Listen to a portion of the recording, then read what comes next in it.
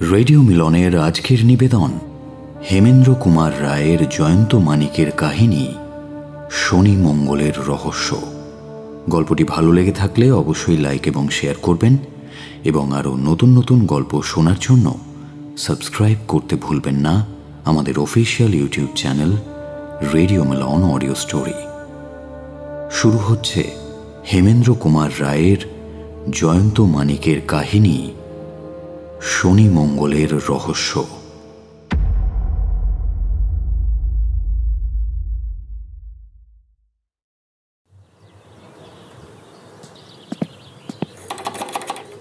জয়ন্ত, জয়ন্ত, ও জয়ন্ত ভায়া, বলি ঘুম ভাঙলো নাকি?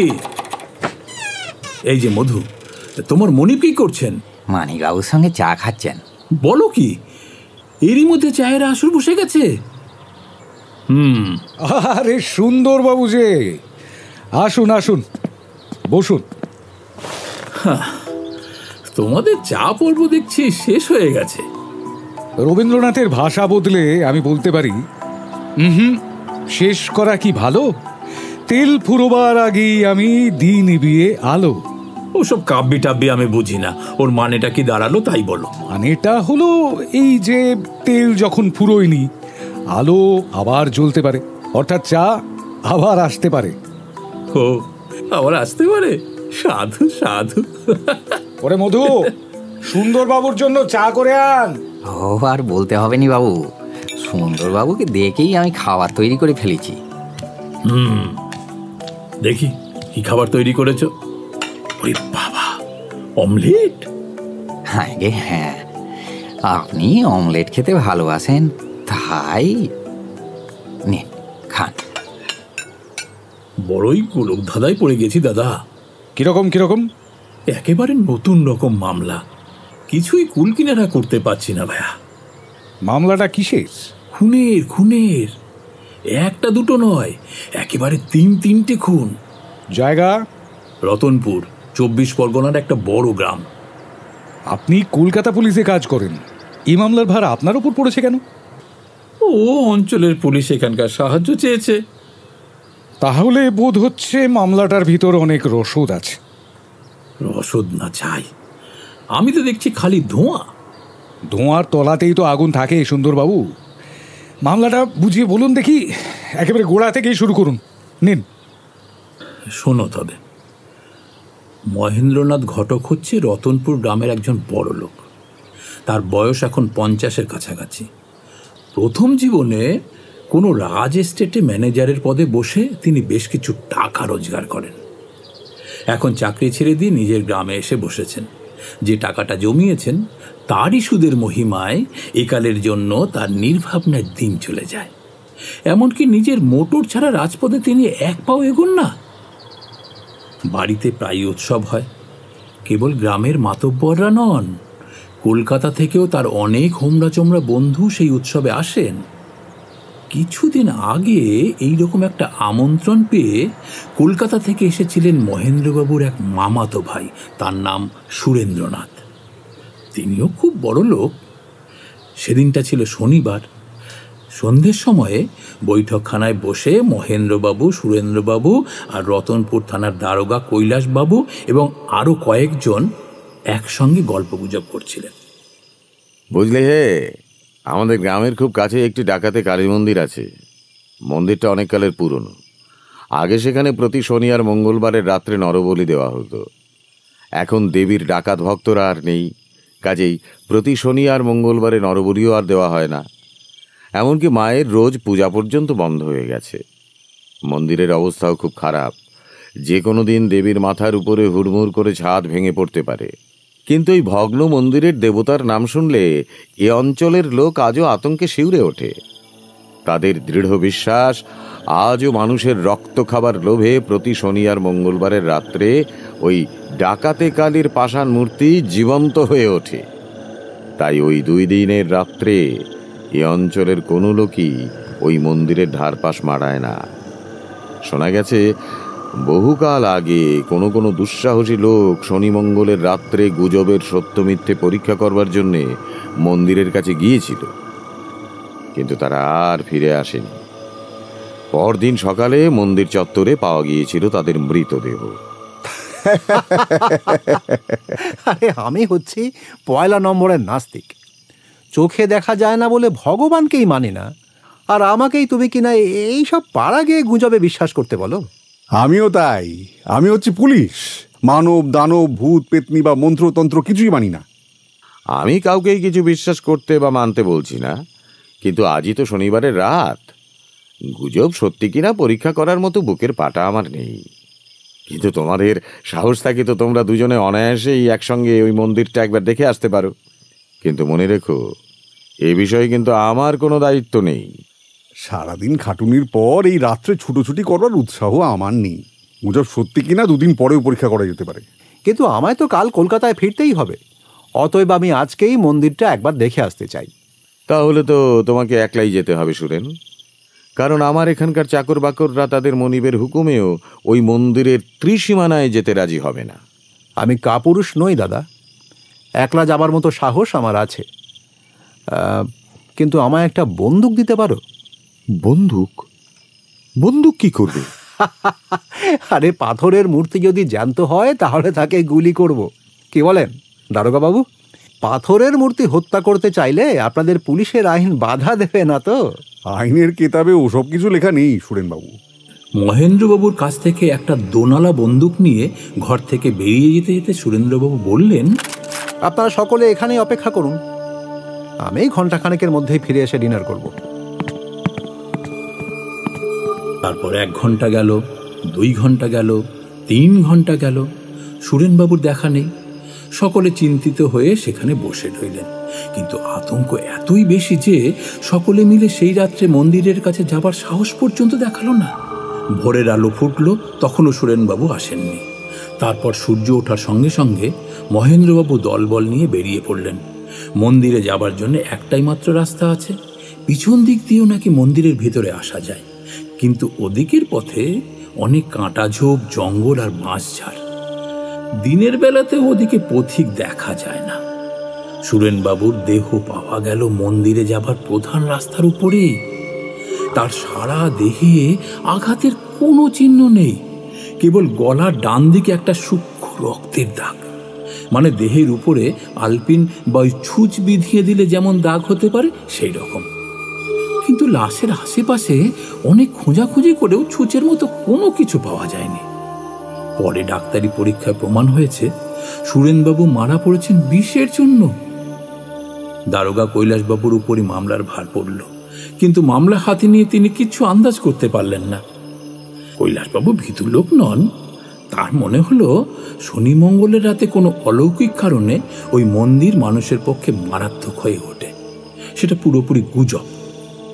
তাই তিনি পরের মঙ্গলবারের রাতে একলা লুকিয়ে মন্দিরের দিকে চলে গেলেন, এবং সেই তার শেষ যাওয়া। পরদিন মানে ওই বুধবার সকালে তারও দেহ পাওয়া যায় মন্দিরের ওই প্রধান রাস্তার উপরেই, এবং তারও বাম হাতের উপরে একটা ছুঁচ বেঁধার মতো রক্তাক্ত দাগ। তার দেহেও বিষের চিহ্ন পাওয়া যায়। শুধু তাই নয়, ঠিক যে জায়গাটিতে সুরেনবাবুর লাশ পাওয়া যায়, কৈলাসবাবুর মৃতদেহ পড়েছিল ঠিক সেইখানে। তারপরের কথা আরো সংক্ষেপে সেরে নিই। দ্বিতীয় ঘটনার পরের শনিবারেই আরেকজন পুলিশ কর্মচারীও রাত্রে গোপনে মন্দিরের কাছে তদন্ত করতে গিয়ে ঠিক ওইভাবেই মারা পড়েছে। এবার সূঁচ বেঁধা চিহ্ন ছিল তার বাম পায়ের ওপরে, এবং তারও মৃত্যুর কারণ বিষ। তারও দেহ পাওয়া যায় ঠিক সেই জায়গাটিতেই। তাই এখন এই মামলার ভার পড়েছে তোমাদের এই অভাগা সুন্দরবাবুর কাঁধের ওপরে। কিন্তু ভাইয়া, আমার অতিশয় সন্দেহ হচ্ছে এবার আমি সহ্য করতে পারবো না। এটা কিরকম মামলা? নরহত্যাকারিণী ডাকাতে কালীকে অপরাধিনী রূপে সামনে রেখে যদি আমি মামলা তদন্ত করি, তাহলে তো আমি পুরো ডিপার্টমেন্টের কাছে হাসির পাত্র হয়ে যাব। তারপর ধরো, শুধু শনি আর মঙ্গলেই ওই মন্দিরের কাছে যাওয়াটা বিপজ্জনক কেন? শুনেছি তৃতীয় ঘটনার রাত্রে যে পুলিশ কর্মচারীটি মন্দিরের পথে নিহত হয়, সে নাকি শনি মঙ্গলবার ছাড়া অন্যান্য দিনেও গোপনে ওই মন্দিরের কাছে তদন্ত করতে যেত।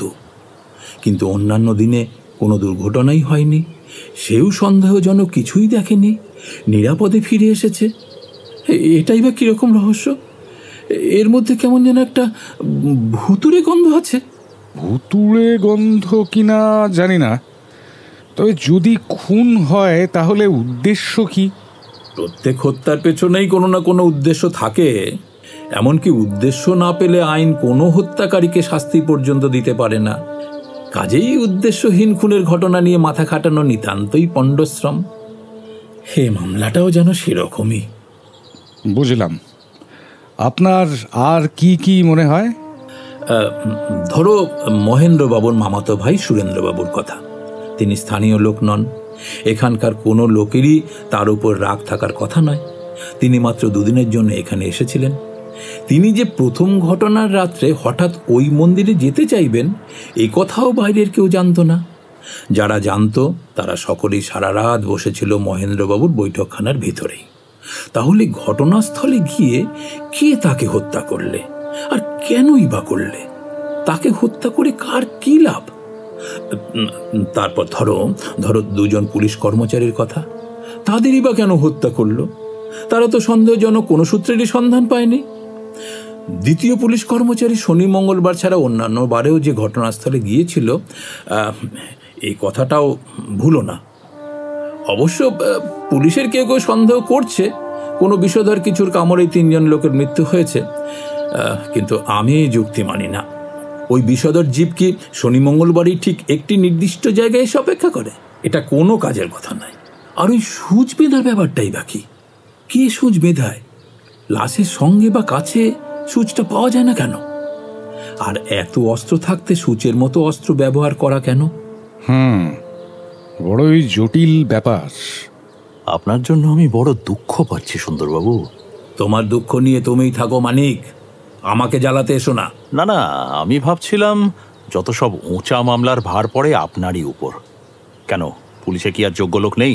তা যা বলেছ, আমি যেন ছাই ফেলতে ভাঙা কুলো। সত্যি অমন বামন হাতির মতো নাদুস নুদুস দেহ, ওই অত বড় জ্বালার মতো ভুঁড়ি, তার খোরাক জোগাতে জোগাতেই সারাদিন ব্যতিব্যস্ত হয়ে থাকতে হয়। তার উপরে এত অত্যাচার, এটা একদম উচিত না। জয়ন্ত, তোমার সঙ্গে পরামর্শ করতে এসে আমি খুব খুব ভুল করেছি। যেখানে মানিক আছে সেখানে আমি নেই। আরে দাঁড়ান দাঁড়ান সুন্দরবাবু। কেন দাঁড়াবো? আরো বেশি অপমানিত হবো বলে? আরে না না, কি যে বলেন মানিক, তোমার কিন্তু সুন্দরবাবুকে এইভাবে বলাটা উচিত হয়নি। আপনি বসুন বসুন সুন্দরবাবু, বসুন। আগে রাগ না করে বলুন দেখি, আপনি খালি আমার পরামর্শ চান না আমার সাহায্য? তুমি যদি আমাকে সাহায্য করতে রাজি হও তাহলে তো আমার পরিশ্রমই অনেক কমে যায়। বুঝলুম, আমি রাজি। তাহলে আমরা কবে রতনপুর যাচ্ছি? কাল। বেশ, তাই হবে। কিন্তু আমি বলছিলাম কি, এই মানিকে না গেলেই নয়। না সুন্দরবাবু, মানিক না গেলেই নয়।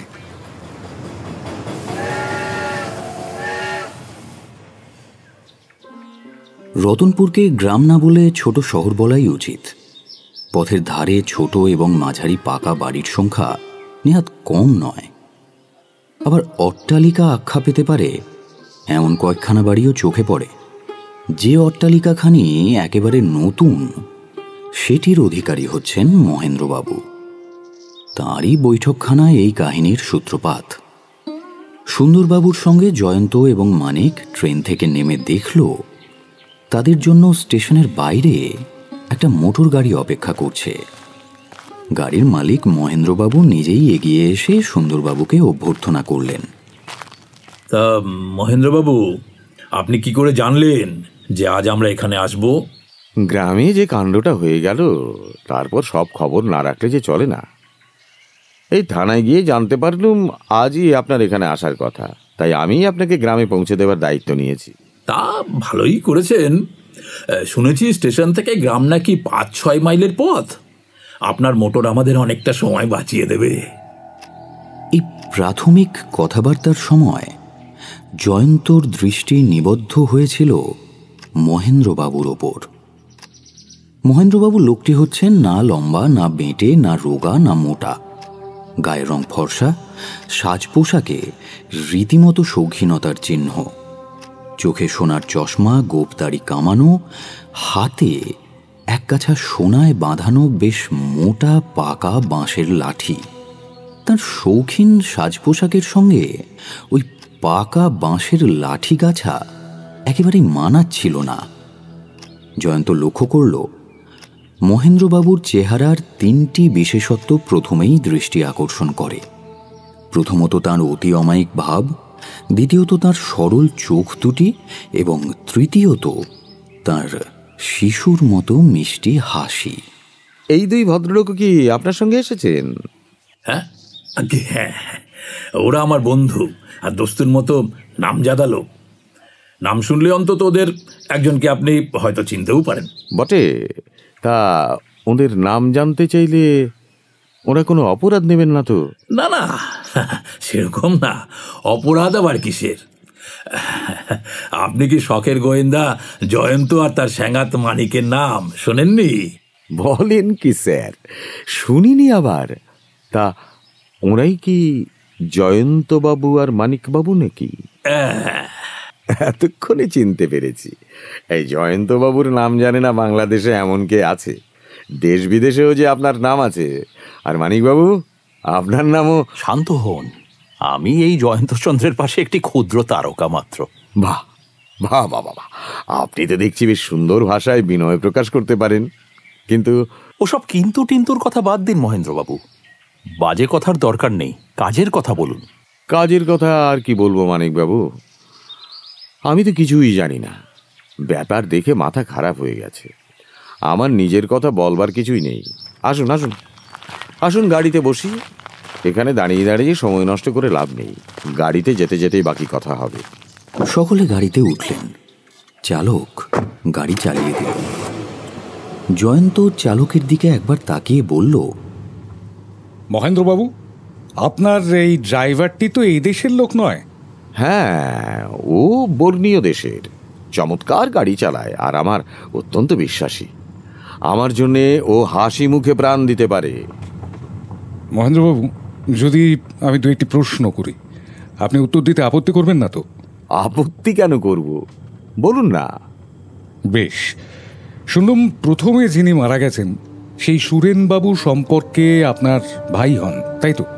হ্যাঁ, সুরেন আমার মেজ মামার ছেলে। আচ্ছা, তিনি কি করতেন? কিছুই করতো না, তার টাকার অভাব ছিল না জয়ন্তবাবু। তার মানে সুরেনবাবু একজন ধনী ব্যক্তি ছিলেন, তাই তো?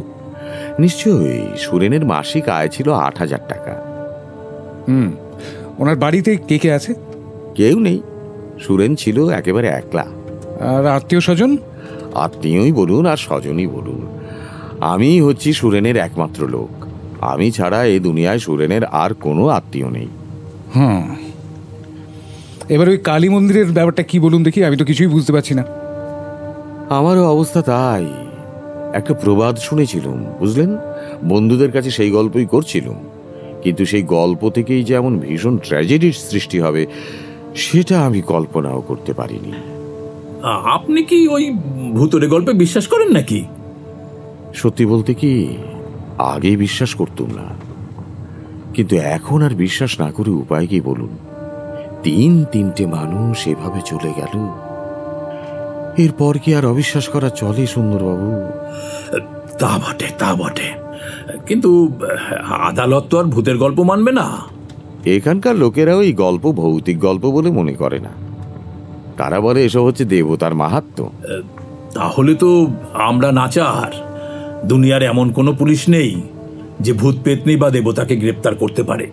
তাহলে এ মামলাটা আপনারা নেবেন না? কি যে বলেন, সরকারের হুকুম, আমি মামলা হাতে না নিলে আমাকে ছাড়বে কেন? আগে তো তদন্ত শুরু হোক, তারপর দেখা যাবে। তবে কি জানেন, ওই দেবদেবী নিয়ে কাণ্ড, এর ভেতরে মাথা গলা তো বিশেষ ভরসা পাচ্ছি না। গাড়ি রতনপুরের সীমানায় এসে পড়ল। দূর থেকে দেখা গেল মস্ত বড় একখানা লাল রঙের বাড়ি প্রায় 4 বিঘা জমি দখল করে দাঁড়িয়ে আছে। ওই ওই হচ্ছে আমার বাড়ি। একবার ওখানে নামবেন নাকি? না, আমি প্রথমেই দেখতে চাই ডাকাতে কালীর মন্দিরটা। সেখানে গিয়ে সব দেখতে শুনতে হয়তো অনেক বেলা হয়ে যাবে। তার আগে এই দাসের গোলামখানায় পদার্পণ করে একটু জলযোগ আর চা পান করলে বেশি ক্ষতি হবে কি? ভদ্রলোক মন্দ প্রস্তাব করেনি হে জয়ন্ত। আমিও এই প্রস্তাবে সায় দিচ্ছি। বেশ, তাই হোক। মহেন্দ্রবাবুর নির্দেশে গাড়ি ফটকের ভেতর ঢুকে একটা বড় গাড়ি বারান্দার তলায় থামল। সকলে গাড়ি থেকে নেমে বাড়ির ভেতরে গিয়ে ঢুকল। আমার এই বৈঠকখানায় কিছুক্ষণ বিশ্রাম করুন, আমি আপনাদের চায়ের ব্যবস্থা করে আসি। আচ্ছা আচ্ছা। সুন্দরবাবু একখানা সোফার ওপর বসে পড়লেন। একটু পরে মহেন্দ্রবাবু খাবার নিয়ে এলেন। এদিকে মানিক এবং সুন্দরবাবুর চিরাচরিত তামাশা চলছিল। অবশ্য জয়ন্ত এসব কথাবার্তা কিছুই শুনছিল না। তার দৃষ্টি ঘরের এদিক ওদিক ঘুরে বেড়াচ্ছিল।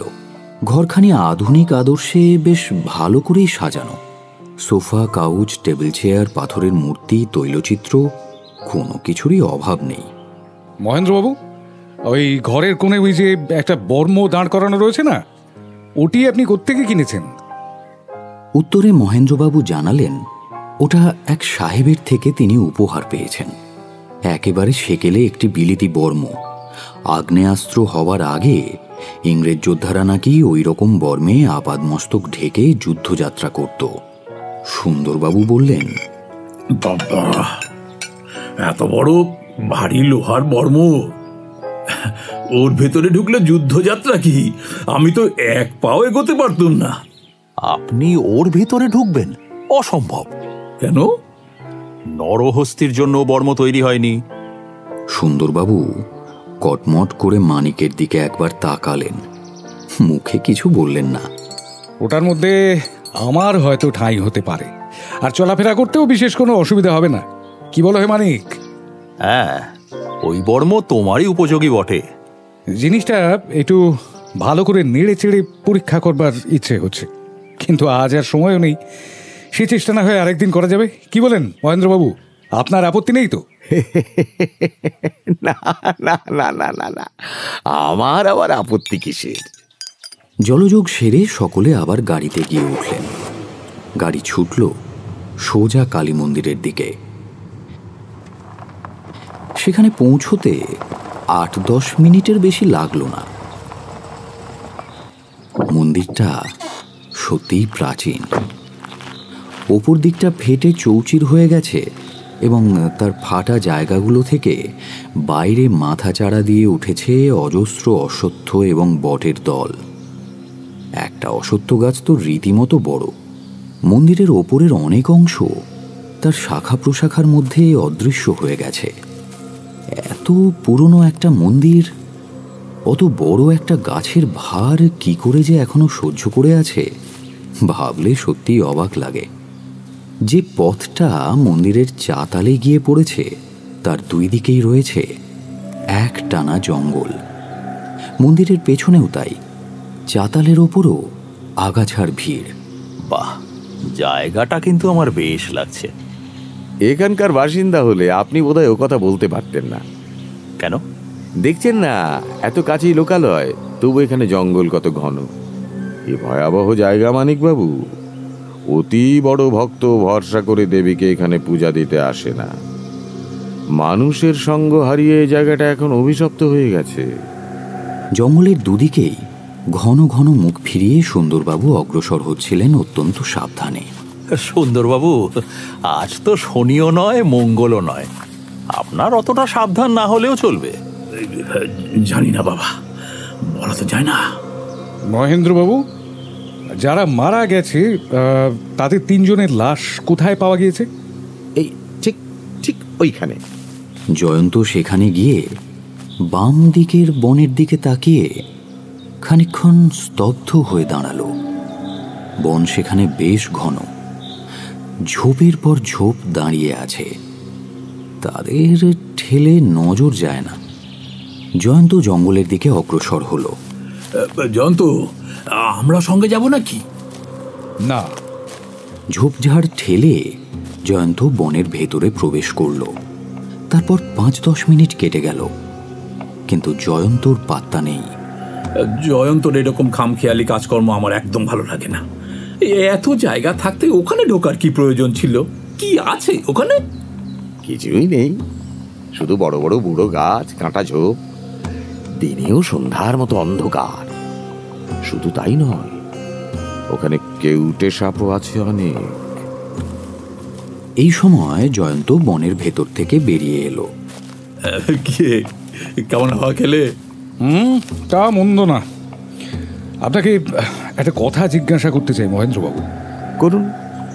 এখানে শেষ দুর্ঘটনাটা হয় গত মঙ্গলবারে, তাই তো? আগে হ্যাঁ।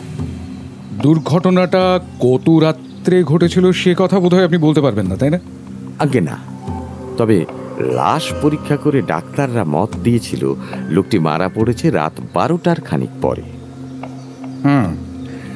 সেদিন কি এখানে বৃষ্টি পড়েছিল? এ কথা আপনি কেমন করে জানলেন? বনের ভিতরে এখনো অনেক জায়গায় ভিজে কাদা রয়েছে, ওখানে তো রোদ ঢুকতে পায় না, কাজেই জল কাদাও সহজে শুকোয় না। হ্যাঁ, সেদিন রাত 9টা থেকে তা রাত 11টা পর্যন্ত খুব জোরেই ঝড় জল হয়েছিল। পুলিশের লোকেরা বোধহয় তদন্তে এসে ওই বনের ভেতরে গিয়েছিল না? তা গিয়েছিল বই কি, কিন্তু তারা কিছুই আবিষ্কার করতে পারেনি।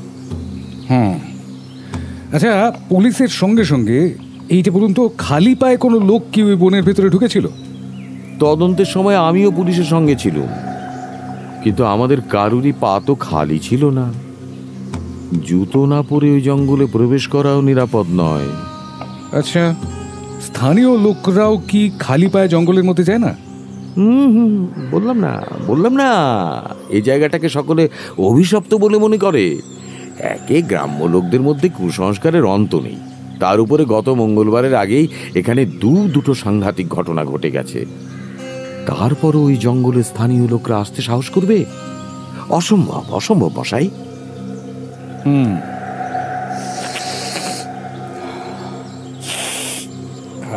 জয়ন্ত তার রূপোর নস্যিদানি বার করে নস্যি নিল।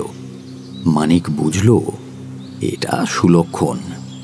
জয়ন্ত খুশি হলেই নস্যি নেয়, কিন্তু হঠাৎ তার এত খুশি হওয়ার কারণ কি? জয়ন্ত ভাইয়া, তোমার প্রশ্নগুলো কেমন যেন খাপছাড়া বলে মনে হচ্ছে না? আপনার মনে হতেই পারে, কিন্তু জঙ্গলের ভেতরে গিয়ে আমি কি দেখেছি জানেন? সাপ? এখানে কিন্তু মাঝে মাঝে বাঘের ডাকও শোনা যায়।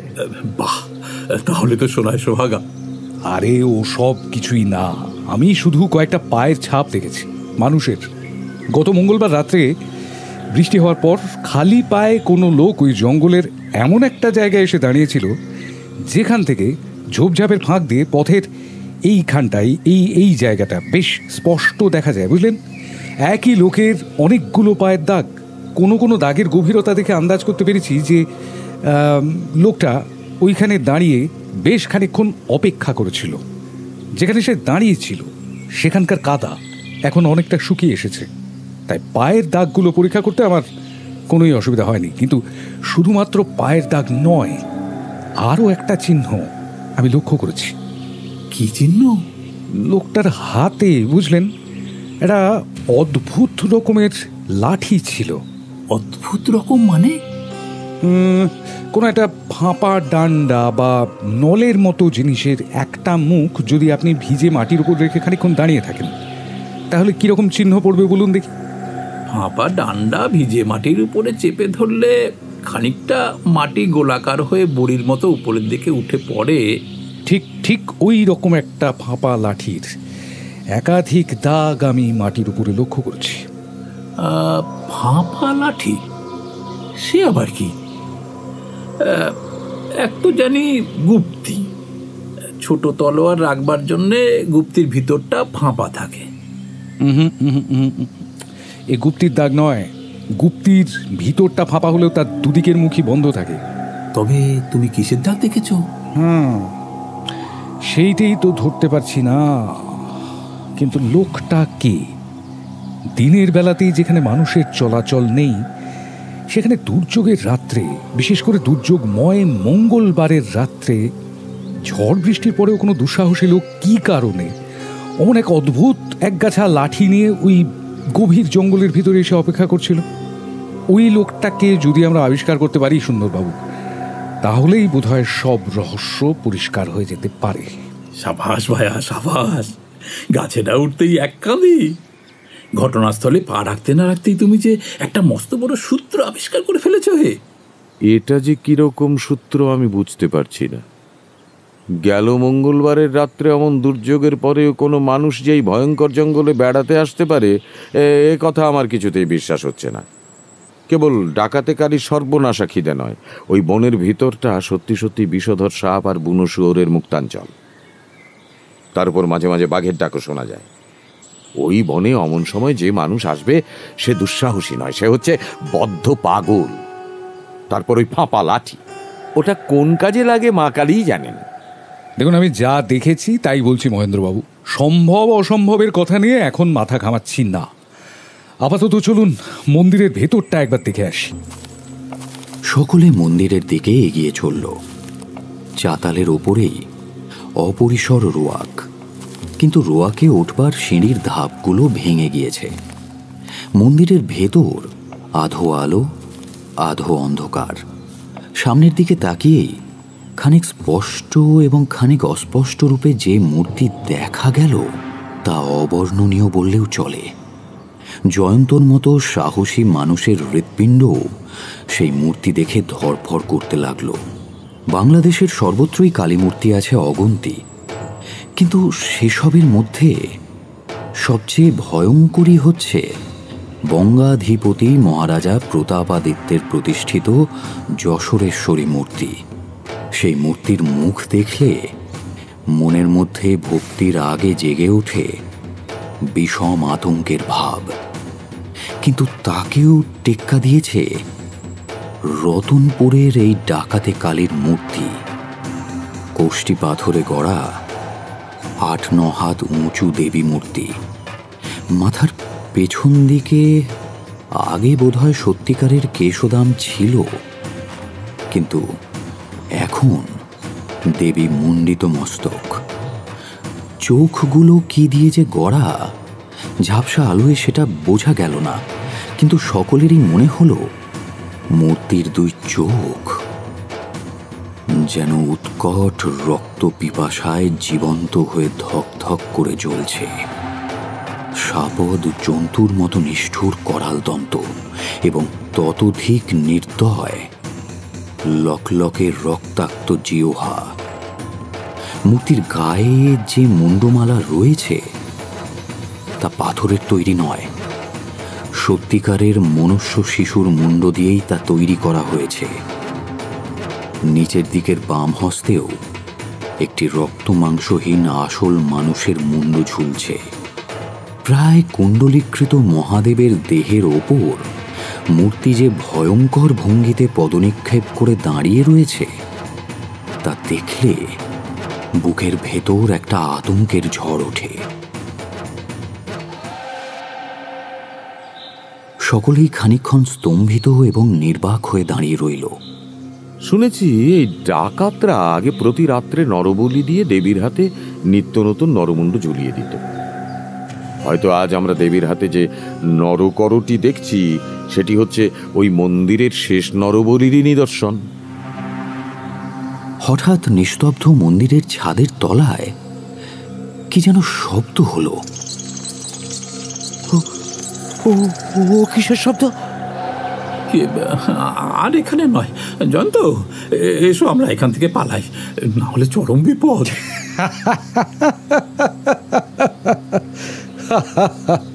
শান্ত হন সুন্দরবাবু, ছাদের দিকে তাকিয়ে দেখুন, এখানে বাদুড়েরা বাসা বেঁধেছে। মানুষের সাড়াপে চঞ্চল হয়ে উঠেছে, আর কিচ্ছু না। ওসব বাদর ফাদর আমি জানি না, আমি আর 1 মিনিট এখানে থাকতেই রাজি নয়। একই ভয়ঙ্কর দেবীর মূর্তি। এখানে আমাদের আর কিছু দেখার নেই, চলো এখনকার মতো এই পর্যন্তই।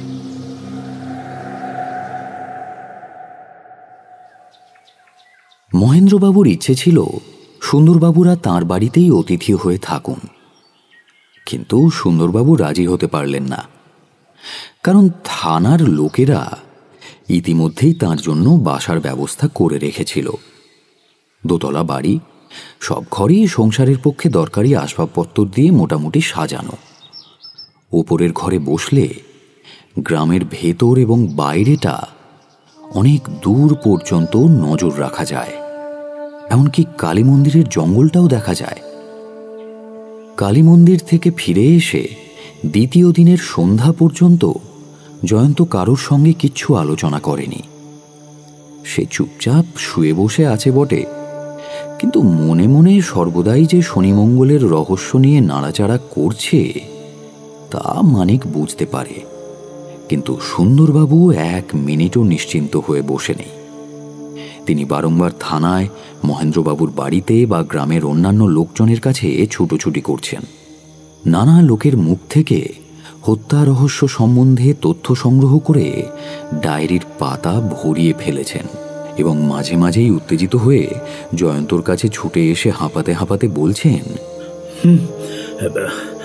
ভয়ঙ্কর জটিল মামলা জয়ন্ত, ভয়ঙ্কর জটিল মামলা। যতই তদন্ত করছি রহস্য যেন ততই বেড়ে উঠছে। সুন্দরবাবু, আপনি আর বেশি তলাবার চেষ্টা করবেন না। যদি বেশি তলিয়ে যান, আমরা কিন্তু আপনাকে টেনে তুলে আনতে পারবো না।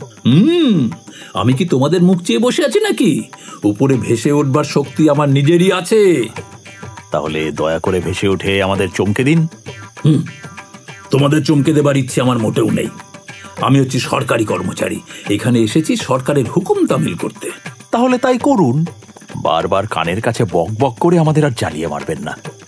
দেখো দেখো জয়ন্ত, দেখো মানে কি বলছে শোনো একবার। জয়ন্ত কিছুই বলল না।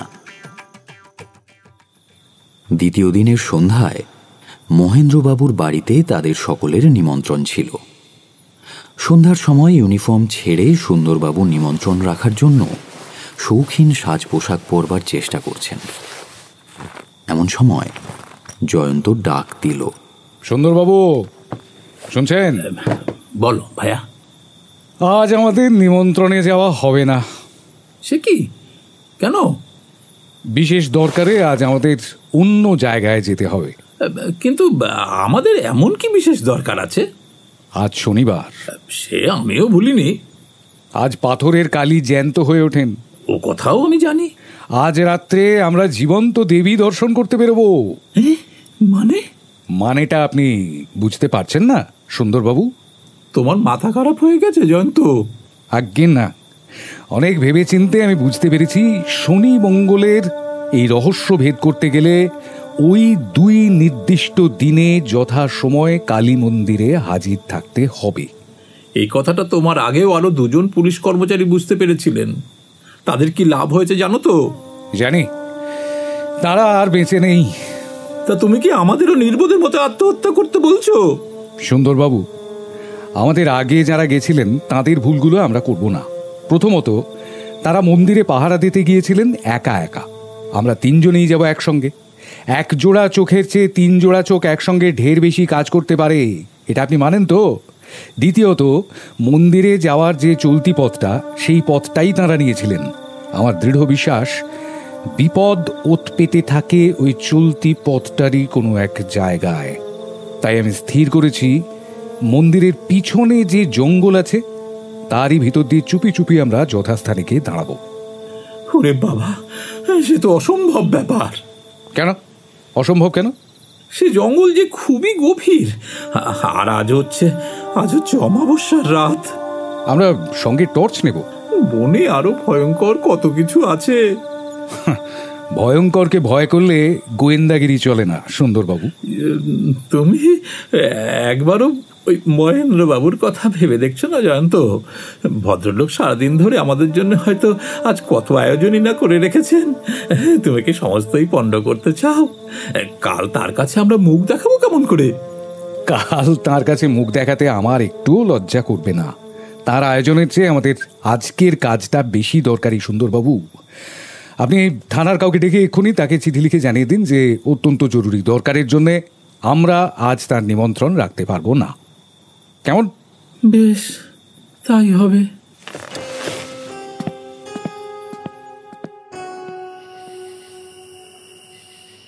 রাত 12টার ঢের আগেই রতনপুর গ্রাম ঘুমিয়ে পড়ে। পথে পথিক অথবা বাড়িতে গৃহস্থের কোনো সাড়া শব্দ নেই।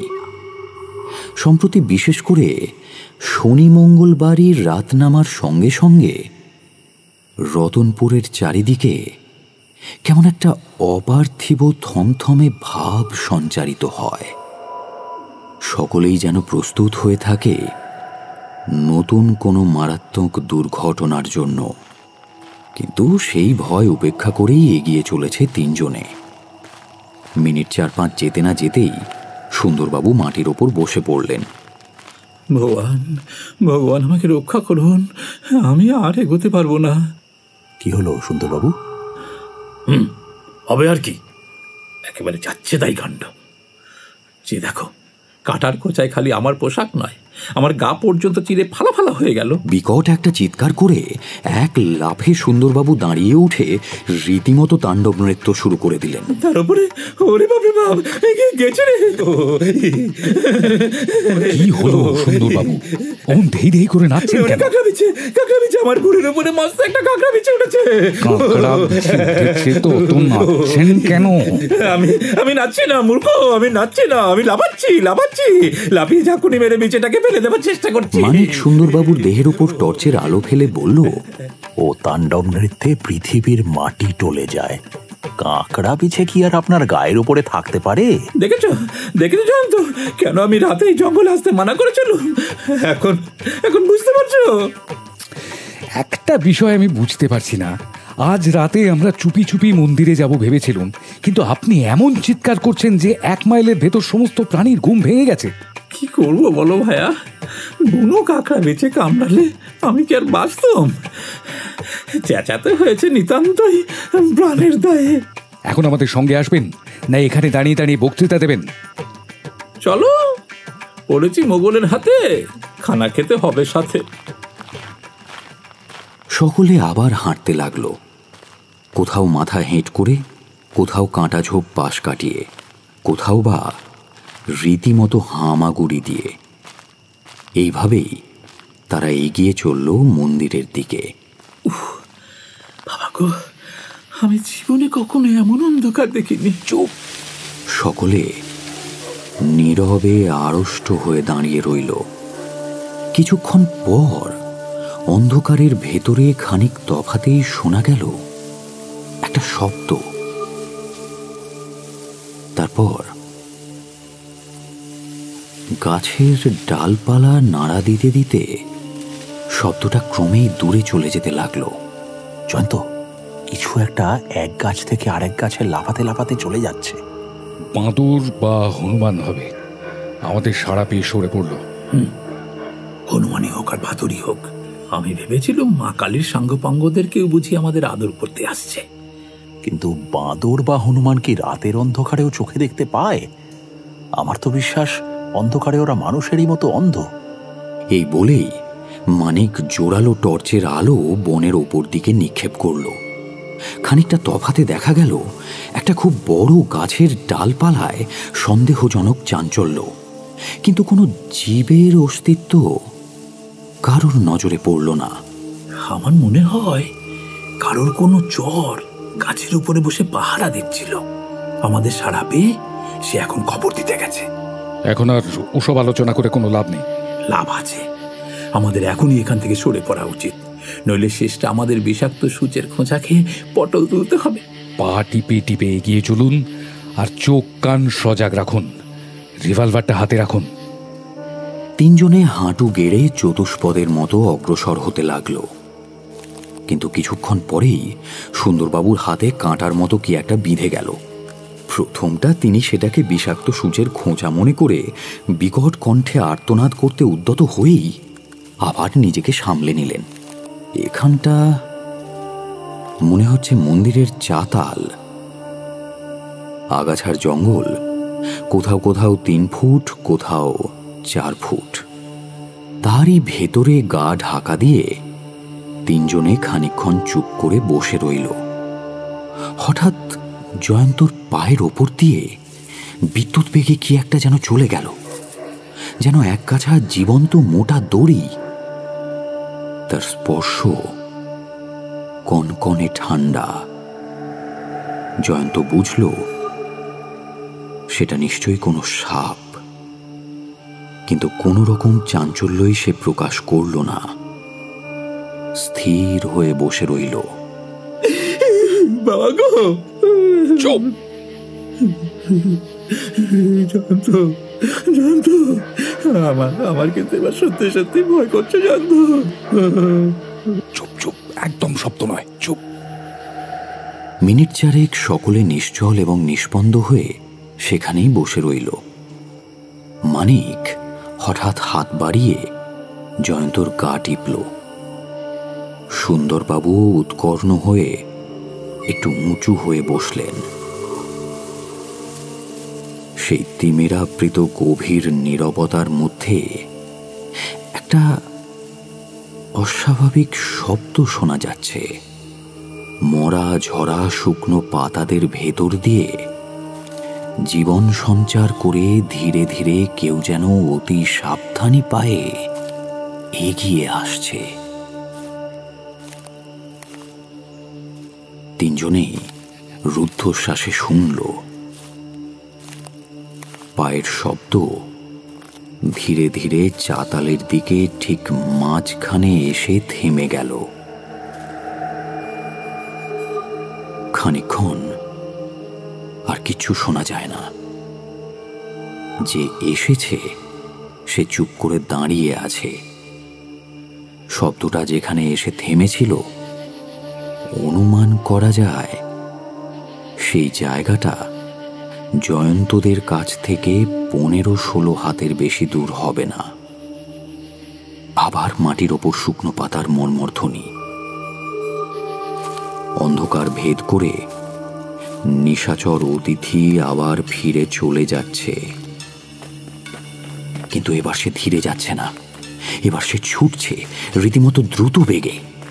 সে যেন বুঝতে পেরেছে এখানে তার জন্য অপেক্ষা করে আছে কোনো গোপন বিপদ। এই সময় জয়ন্ত হঠাৎ দাঁড়িয়ে উঠে তার টর্চের চাবি টিপল। তীব্র আলোক রেখার মধ্যে ধরা পড়ল অদ্ভুত একখানা মুখ, কিন্তু পর মুহূর্তেই অন্ধকারের মধ্যে হারিয়ে গেল সেই অপার্থিব মুখখানা। ও কে জয়ন্ত? তুমি ওর মুখখানা দেখেছো? দেখেছি, আর হাতের লম্বা লাঠি গাছেও দেখেছি। ও মুখ তো মানুষের মুখ নয় জয়ন্ত। মানুষের হোক বা অমানুষেরই হোক তাতে কিচ্ছু যায় আসে না, কিন্তু আমাদের ভয় ওই মুখ যে পালিয়েছে এটাই হচ্ছে ভাববার কথা। আজ আমাদের পণ্ডশ্রম হলো, এই অন্ধকারে ওকে আর খুঁজে পাওয়া অসম্ভব। ওরকম মুখ আমি জীবনে আর কখনো দেখতেও চাই না।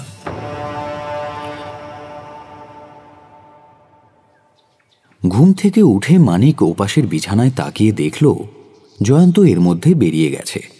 সে বিছানা ছেড়ে বেরিয়ে এসে সুন্দরবাবুর ঘরের সামনে গিয়ে ডাকল, সুন্দরবাবু, ও সুন্দরবাবু, বলি দাদা এখনো ঘুমোচ্ছেন নাকি? হ্যাঁ, ঘুমোচ্ছি বটে। কাল রাতে তোমাদের পাল্লায় পড়ে যে হাল হয়েছে আমার। দরজাটা একবার খুলেই দিন না দাদা, তারপর আপনার সব ইতিহাস শুন। ভেতরে এসো, ভেতরে এসো। মানিক দেখল সত্যি সুন্দরবাবুর অবস্থা দস্তুর মতো শোচনীয়। তার মুখ হাত পা এবং দেহের যেখানেই চোখ বুলোনো যায় সেখানেই ছোট বড় মলমের পট্টি। কি ব্যাপার সুন্দরবাবু? কি ব্যাপার বুঝতে পারছো না বুঝি? আমার ইয়ে করা হচ্ছে। জঙ্গলে যত কাটা ছিল সব এসে বাসা বেঁধেছে আমার গায়ে। কালকে আর ঘুমিয়েছি, যেটুকু রাত বাকি ছিল এই মলম লাগাতে লাগাতে কেটে গেছে। আমার অবস্থাও এক প্রকার এরকমই, কিন্তু আপনার মতো দুরবস্থা তো আর আমার হয়নি। আপনার গায়ের অবস্থা বড়ই করুণ। বন বেড়ালেরা বনে বেড়ালেও কাটা গাছ তাদের কিছুই করতে পারে না। আমি হচ্ছে শহুরে সভ্য মানুষ। অন্ধকার রাতে বনে বনে দাপাদাপি করে বেড়ানো আমার কি পোষায়? কিন্তু জয়ন্ত কোথায় গেল বলুন দেখি। কেন, সেও ঘরে নেই? না। ভারী আশ্চর্য, এত ভোরে উঠে সে কোথায় যেতে পারে? আমিও তো তাই ভাবছি। সে আবার সেই সর্বনেশে মন্দিরে যায়নি তো? যেতেও পারে, তার কথা কিছুই বলা যায় না। উফ, রাতের বেলা আমি আরো মুখ হচ্ছি না। কেন? এটা একটা প্রশ্ন হলো। চাকরি যদি যায় তাও ভালো, তবু আমি আর কখনো সেখানে যাবার কথা মুখে আনবো না। তুচ্ছ কাঁটা ঝোপের জন্য এত ভয়? কাঁটা ঝোপের জন্য নয় হে, কাঁটা ঝোপের জন্য নয়, ভূতের ভয়ে। ভূত? হ্যাঁ, ভূত ছাড়া আর কি। টর্চের আলোতে এক মুহূর্তের জন্য যে মুখখান আমরা দেখেছিলুম, তার কথা মনে আছে? তুমিও দেখেছো তো? হ্যাঁ, মুখখানা অমানসিক বটে, কিন্তু ভূত বোধ হয় নয়। তোমরা মচকাবে কিন্তু ভাঙবে না। সুন্দরবাবু, চিরকালই শুনে আসছি ভূত দেখলে মানুষ পালিয়ে যাওয়ার চেষ্টা করে, কিন্তু মানুষ দেখে ভূত পালিয়ে যায় এমন কথা কখনো শুনেছেন? তোমার এই যুক্তিটা আমার মনে লাগছে বটে, কিন্তু এটাও তো হতে পারে সে আমাদের দেখে পালিয়ে যায়নি। তবে কাকে দেখে পালিয়ে গেছে? আলো দেখে। যারা ভূত নামায়, টেবিল চালায়, তাদের মুখে শুনেছি ভূতেরা আলো সহ্য করতে পারে না। তারপর ওই বনভূতটা যে সে আলো দেখেনি, তার চোখ ঝলসে গেছে টর্চের আলোর ধাক্কায়। জয়ন্ত ছোকরাটা টর্চের আলো জেলে বড়ই বুদ্ধিমানের কাজ করেছিল। তবে এই ভুতুরে মামলার ভার আমি ছেড়ে দেব বলে ঠিক করেছি। কিন্তু সুন্দরবাবু, আমার মনে একটা প্রশ্ন ঘুরপাক খাচ্ছে। কে এই খুনের পর খুন করছে? প্রতি শনি আর মঙ্গলবারের রাত্রে কে ওই মন্দিরের আনাচে কানাচে রক্তলোভী জন্তুর মতো পাহারা দিয়ে বেড়ায়? কেন সে বিনা কারণে নরহত্যা করে? খুনগুলোর কোনো উদ্দেশ্য খুঁজে পাচ্ছি না বলেই তো আমি হতাশ হয়ে পড়েছি। আর সেজন্যই তো মনে হচ্ছে হয় এসব ভুতুরে কাণ্ড, নয় দৈবলীলা। সুন্দরবাবু, একটা কথা মনে রাখবেন, অপরাধ তত্ত্ব নিয়ে যারা আলোচনা করেছেন তারাই জানেন সব অপরাধের ভিতর থেকে উদ্দেশ্য আবিষ্কার করা যায় না। এমন অনেক খুনির কথা শোনা গিয়েছে যারা কেবল হত্যার আনন্দ উপভোগ করার জন্যই পর পর খুন করে যায়। এর একটা বিখ্যাত দৃষ্টান্ত হচ্ছে জ্যাক দ্য রিপার। খুন করে তার কোনো লাভ হতো না, কিন্তু সে খুন করত। মনোবিজ্ঞানের পণ্ডিতরা বলেন এই শ্রেণীর খুনিরা বিশেষ মানসিক রোগে আক্রান্ত। অন্য সব বিষয়ে তাদের হাবভাব, আচার ব্যবহার সাধারণ মানুষের মতো। কেবল খুন করবার সুযোগ দেখলেই তারা আর আত্মসংবরণ করতে পারে না। কে বলতে পারে কালী মন্দিরের এই মামলার ভিতরে সেই রকম কোনো হত্যাকারীর হাত আছে কিনা? কিন্তু কালী মন্দিরে আমরা যাকে দেখেছি সেই যদি হত্যাকারী হয়, তাহলে তো তোমার এসব যুক্তি কোনো কাজেই লাগবে না। যাকে আমরা দেখেছি আমি কিছুতেই তাকে মানুষ বলে স্বীকার করব না। কিন্তু তাকেই আপনি খুনি বলে মনে করছেন কেন? করব না? না, করতেও পারেন। কেন? যাকে আমরা দেখেছি সে খুনি নাও হতে পারে। কি বলছো হে? দেখুন, যাকে আমরা দেখেছি সে হচ্ছে কোনো উন্মাদগ্রস্ত বাজে লোক। রাত বেরাতে বনে জঙ্গলে ঘুরে বেড়ানোই তার স্বভাব। হয়তো কোনো ভয়ানক রোগের কারণে তার মুখ অমন ভয়ানকভাবে বিকৃত হয়ে গেছে। কি বলতে পারে আসল খুনি হয়তো এখনো অন্তরালে। মন্দ বলনি, তোমার প্রশংসা করতে আমি বাধ্য। তুমি আমার সামনে একটা নতুন চিন্তার খোরাক জুগিয়ে দিলে। ঠিক বলেছ, ওই মন্দিরের আশেপাশে ভূত প্রেত যক্ষরক্ষ নয়, কোনো বিকৃত উন্মাদ মানুষ থাকলেও থাকতে পারে, আর তার উপস্থিতির সুযোগ নিয়ে হয়তো অন্য কোনো লোক এইসব হত্যা করছে। জয়ন্ত আসছে, ওর পায়ের শব্দ আমি চিনি। দরজায় জয়ন্ত এসে দাঁড়াতেই মানিক দেখল তার মুখ, জামা কাপড় সমস্তই রক্তে ভিজে গেছে, কিন্তু ঠোঁটে কেমন যেন রহস্যময় একটা হাসি। হায় হায়, তোমার এ কি চেহারা! কোথায় ছিলে তুমি? তোমার এমন দশা কি করেছে? চিন্তিত হয় না মানিক, রক্ত অনেক দেখছো বটে, কিন্তু ভগবানের দয়ায় আঘাত আমার বেশি লাগেনি, খানিকটা ছড়ে গেছে মাত্র, এই যা। তোমার এই অবস্থা দেখে আমি যে কি বলবো বুঝে উঠতে পারছি না ভাইয়া। আপনার কিছুই বলবার দরকার নেই সুন্দরবাবু, বলার পালা আমার। আগে তোমার রক্ত ধুয়ে ওষুধ দিয়ে ব্যান্ডেজ করে দিয়েছো। আহা, আগে আমার সব কথা শোনো মানিক, আমার বিশেষ কিছুই হয়নি। বেশ, বলো। মানিক, কালকের রাত্রের ব্যাপারের পর মানুষের শরীরের যে অবস্থা কিরকম হয় সেটা আমি ভালো মতোই জানি, তো সেই জন্যই তোমাকে বিশ্রাম নেওয়ার সুযোগ দিয়ে আমি বেরিয়েছিলাম। ভয়ের কিছু ছিল না, কারণ কালকের ব্যাপারের পর আমি ভাবতে পারিনি যে আর কোনো নতুন বিপদের আশঙ্কা আছে। আমার মনে কতগুলো খটকা ছিল বুঝলে। কাল রাতে যে চেহারা দেখেছিলাম তাতে এখানকার ঘটনাগুলোকে অলৌকিক বলে মনে করবার কারণ ছিল যথেষ্ট। কিন্তু সেই অপার্থিব মূর্তির হাতে ছিল একগাছা লম্বা লাঠি। এ কথা তোমাদের মনে আছে তো? আরেকটা কথাও নিশ্চয়ই তোমাদের মনে আছে, প্রথম দিন ঘটনাস্থলে এসেই আমি মাটির উপরে এমন কোনো মানুষের পায়ের ছাপ আবিষ্কার করি যার হাতে ছিল একগাছা ফাঁপা লাঠি বা চোঙের মতো কোনো একটা জিনিস। কালকে রাতের সেই অমানুষিক মূর্তিটাকে আমি হয়তো অমানুষিক বলেই ধরে নিতে পারতুম যদি তার হাতে সেই লম্বা লাঠি গাছা না থাকতো। আমি এক দৃষ্টিতেই দেখে নিয়েছিলাম সেই লাঠি গাছা সাধারণ লাঠির মতো নয়, লাঠির মতো দেখতে সেটা হচ্ছে অন্য কোনো রকম একটা জিনিস। আমার কৌতূহল জেগে উঠেছিল, তাই শেষ রাতে আবার বেরিয়ে পড়লুম। এখান থেকে ঘটনাস্থলে যেতে যেতে ভোর হয়ে এলো। তারপর আবার সেই মন্দিরের চাতালে গিয়ে দাঁড়ালুম। তারপর ফিরে এলুম মন্দিরে যাবার সেই পথের উপরে যেখানে তিনটে খুন হয়েছে। সেখান থেকে গেলুম জঙ্গলের ভেতরে, যেখানে পায়ের ছাপ দেখেছিলুম সেইখানে। সূর্যের আলো পায়নি বলে সেখানকার মাটি এখনো কাঁচা অবস্থাতেই আছে। প্রথম দিনই সেখানকার মাটির উপরে কতকগুলো পায়ের ছাপ ছিল সেটা আমি গুনে হিসেব করে রেখেছিলাম, কিন্তু আজ দেখলুম সেখানে অনেকগুলো নতুন পায়ের ছাপ পড়েছে। তার মানে কাল শনিবারের রাতে এখানে এসে আবার কোনো লোক অপেক্ষা করছিল। শুধু পায়ের দাগ নয়, সেই সঙ্গে ফাঁপা লাঠি বা চোঙের মতো কোনো জিনিসের ছাপও পেলুম। তারপরে আমার কি মনে হলো জানো? মনে হলো কোনো অদৃশ্য চোখ যেন আমার দিকে তাকিয়ে আছে।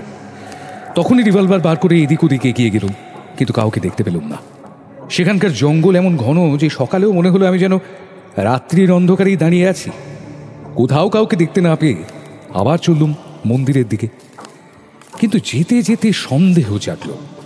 আমার সঙ্গে সঙ্গে যেন আরও কেউ পাশের অন্ধকার জঙ্গলের ভেতর দিয়ে এগিয়ে চলেছে। হাতের রিভলভার প্রস্তুত রেখেই আমি এগোতে থাকলাম। কোনো দিকে বনের পাতাও যদি একটু কাঁপে তখনই সেখানে গুলি ছুড়ব বলে তৈরি ছিলাম। কিন্তু পথের উপরে রিভলভার ব্যবহার করবার কোনো দরকারই হলো না। ভাবলুম অদৃশ্য শত্রুকে দেখছি আমি মনের ভুলে। তাই আর কোনো দিকে না দেখে চাতাল পেরিয়ে আবার সেই মন্দিরের ভেতর গিয়ে ঢুকলুম। সেই ভয়ঙ্করী দেবী মূর্তি ঠিক একইভাবে দাঁড়িয়ে আছে। দাঁড়িয়ে দেখছি হঠাৎ মন্দিরের ওপরে ঝুলন্ত বাদুড়গুলো বিষম চঞ্চল হয়ে উঠল। তাদের ডানার শব্দ শুনে মনে হলো যেন তারা কোনো বিপদের আশঙ্কায় ব্যস্ত হয়ে উঠেছে। ওপর দিকে মুখ তুলে অবাক হয়ে তাকিয়ে আছি। আচম্বিতে মনে হলো মন্দিরের ছাদটার একটা জায়গা কেমন দুলে দুলে উঠল। পর মুহূর্তে দেখলুম ছাদের একটা অংশ সশব্দে ভেঙে পড়েছে। তাড়াতাড়ি একদিকে সরে গেলুম, কিন্তু পারলুম না নিজেকে রক্ষা করতে। মাথার উপরকার ছাদ ভেঙে পড়ে আমার মুখের খানিকটা মাংস আঁচড়ে বার করে নিয়ে গিয়ে সশব্দে মাটির উপরে এসে পড়ল। কিন্তু সেই অবস্থাতেই আমি দেখে নিয়েছি যে ওই ডাকাতি কালীর মূর্তি বোধহয় ছাদের চাপে চুরমার হয়ে গিয়েছে। মনে হলো সমস্ত মন্দিরটা এখনই ধসে পড়বে। বিদ্যুৎ বেগে বাইরের সেই চাতালে এসে দাঁড়ালুম। তারপর লক্ষ্য করলুম মন্দিরের ছাদের খানিকটা অংশই ভেঙে পড়েছে। যখন ভাবছি এর কারণ কি, তখন হঠাৎ মন্দিরের পিছনকার জঙ্গলে একটা সন্দেহজনক শব্দ শুনলুম। কে যেন তাড়াতাড়ি ছুটে গভীর জঙ্গলের দিকে চলে যাচ্ছে। আমি তখন মরিয়া হয়ে উঠেছি। হঠাৎ মনে হলো যে ছুটে চলে যাচ্ছে সেই আমার মাথার উপরে ছাদ ভেঙে পড়বার কারণ। ঝোপঝাড়ের নড়াচড়া লক্ষ্য করে আমিও তীরের মতো সেই দিকে ছুটে চললাম আর রিভলভার থেকে গুলি করতে লাগলাম ঘন ঘন। কিন্তু বিফল হলাম। যাকে ধরবার চেষ্টা করছিলাম তাকে ধরতে পারলুম না।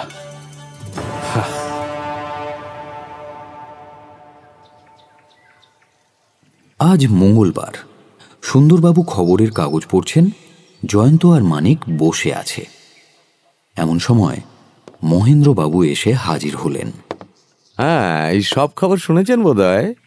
কি খবর? সেই অপয়া কালী মন্দিরের ছাদ ভেঙে পড়েছে। তবে আশ্চর্য ব্যাপার কি জানেন, এই শিবের মূর্তি ভেঙে গেছে, কিন্তু সেই ডাকাতে কালী মূর্তির বিশেষ কোনোই ক্ষতি হয়নি। তাই নাকি? কি আপনার মাথায় ব্যান্ডেজ বাঁধা কেন জয়ন্তবাবু? একটা দুর্ঘটনায় মাথায় একটু চোট লেগেছে। বলেন কি? ও বিশেষ কিছুই নয়, সামান্য আঘাত। কালী মন্দির ভেঙে পড়ার কথা আজ সকালেই আমি শুনেছি। ওদিকে তো কোনো লোক পা বাড়াতে সহজে ভরসা করে না। আজ সকালে একটা রাখাল ছেলে এসে খবর দিলে যে কালী মন্দিরের উপর দিকটা নাকি একেবারেই অদৃশ্য হয়েছে। তাই শুনে লোকজন নিয়ে তাড়াতাড়ি সেখানে ছুটে গেলুম। গিয়ে দেখলুম রাখাল মিথ্যে বলেনি। মন্দিরের ছাদের খানিকটা গাছপালা শুদ্ধ ভেঙে পড়েছে। দেবী মূর্তির উপর রাবিশ ভরে গেছে। কিন্তু কি আশ্চর্য ব্যাপার মশাই, অত আবিষের চাপেও দেবী মূর্তির বিশেষ কিছুই ক্ষতি হয়নি, কেবল এই শিবের মূর্তির খানিকটা ভেঙেছে।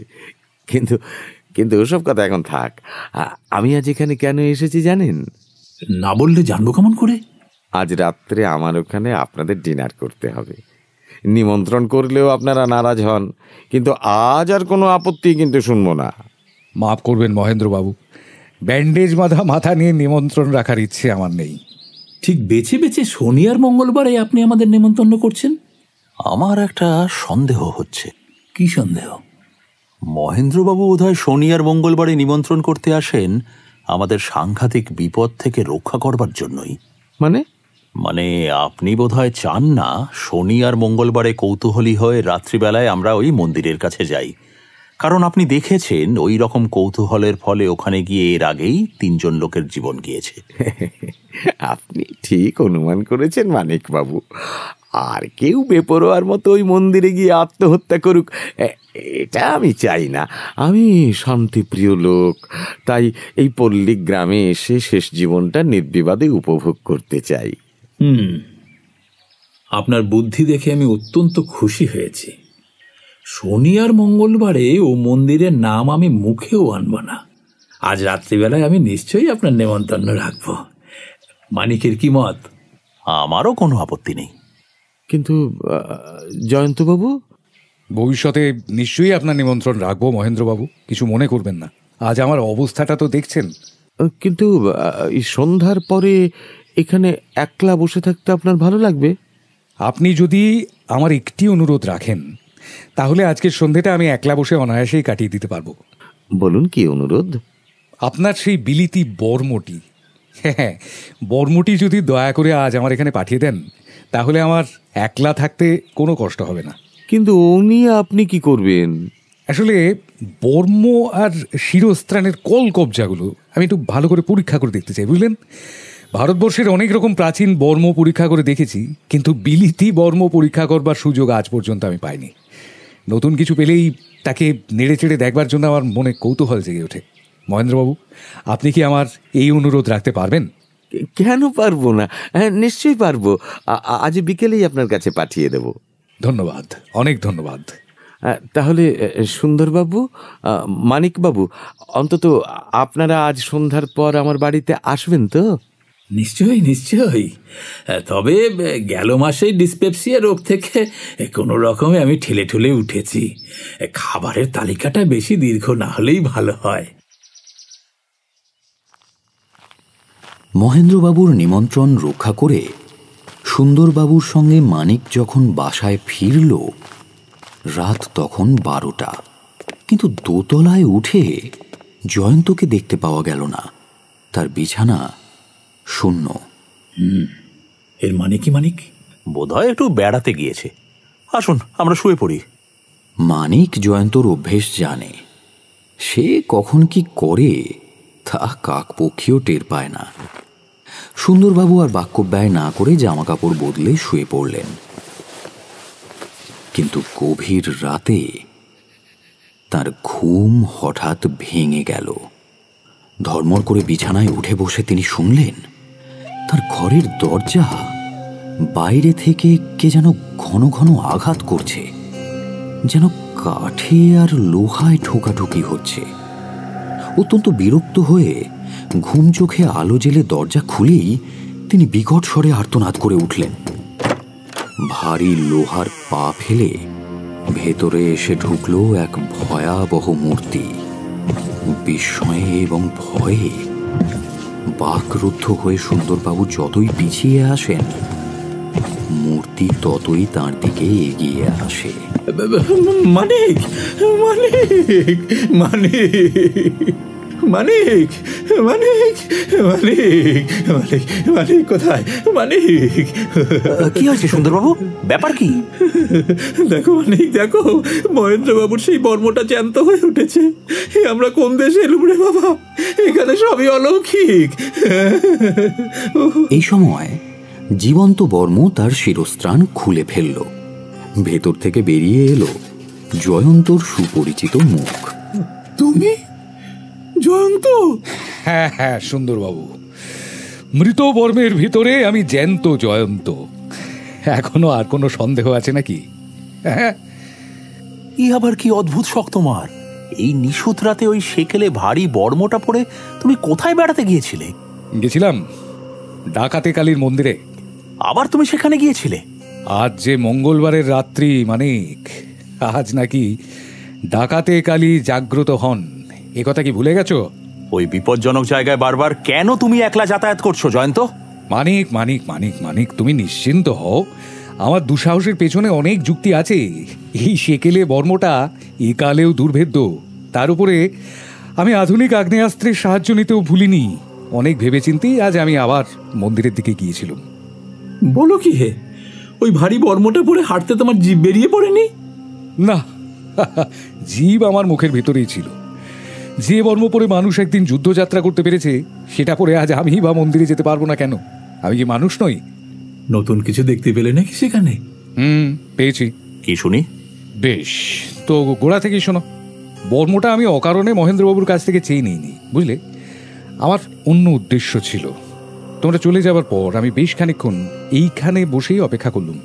তারপর বর্মটা পরে বাড়ির বাইরে গিয়ে দাঁড়ালুম। তারপর ধীরে ধীরে মন্দিরের প্রধান পথটার ওপর গিয়ে দাঁড়ালুম। আগে থেকে স্থির করে রেখেছিলাম আজ ওই বিপজ্জনক পথ দিয়েই মন্দিরের ভেতরে প্রবেশ করবার চেষ্টা করব। যে কোনো মুহূর্তে যে কোনো বিপদের জন্য তৈরি হয়ে রিভলভারটা বাগিয়ে ধরলুম। বলা ভালো, আমার আপাদমস্তক বর্ম ঢাকা থাকলেও আমার চোখের জায়গায় কিছুই ছিল না। সমস্তটাই আমি স্পষ্ট দেখতে পাচ্ছিলাম। অবশ্য ওই অন্ধকারে যতখানি স্পষ্ট দেখা সম্ভব ততটাই। তারপর সেই সাংঘাতিক জায়গাটার কাছে এসে পড়লুম যেখানে বারবার মানুষের মৃত্যু হয়। চারিদিক নিস্তব্ধ। ঠক করে একটা শব্দ হলো আমার বর্মের ওপরে বাম দিকে। যদিও আমি কিছুই অনুভব করতে পারলুম না, তবু সেই শব্দ শুনেই আমি বুঝতে পারলাম কোনো একটা জিনিস এসে আঘাত করেছে আমার বর্মকে। পরমুহূর্তে অটোমেটিক রিভলভার থেকে গুলির পর গুলি ছুটতে ছুটতে তাড়াতাড়ি গিয়ে ঢুকলুম অরণ্যের সেই নির্দিষ্ট ঝোপের ভেতরে, যেখানে ফাঁপা লাঠির দাগ এবং পায়ের ছাপ। টর্চের আলো জ্বেলেও কাউকে দেখতে পেলুম না। শুধু বনের ভিতরে শুনলুম অতি দ্রুত পায়ের শব্দ।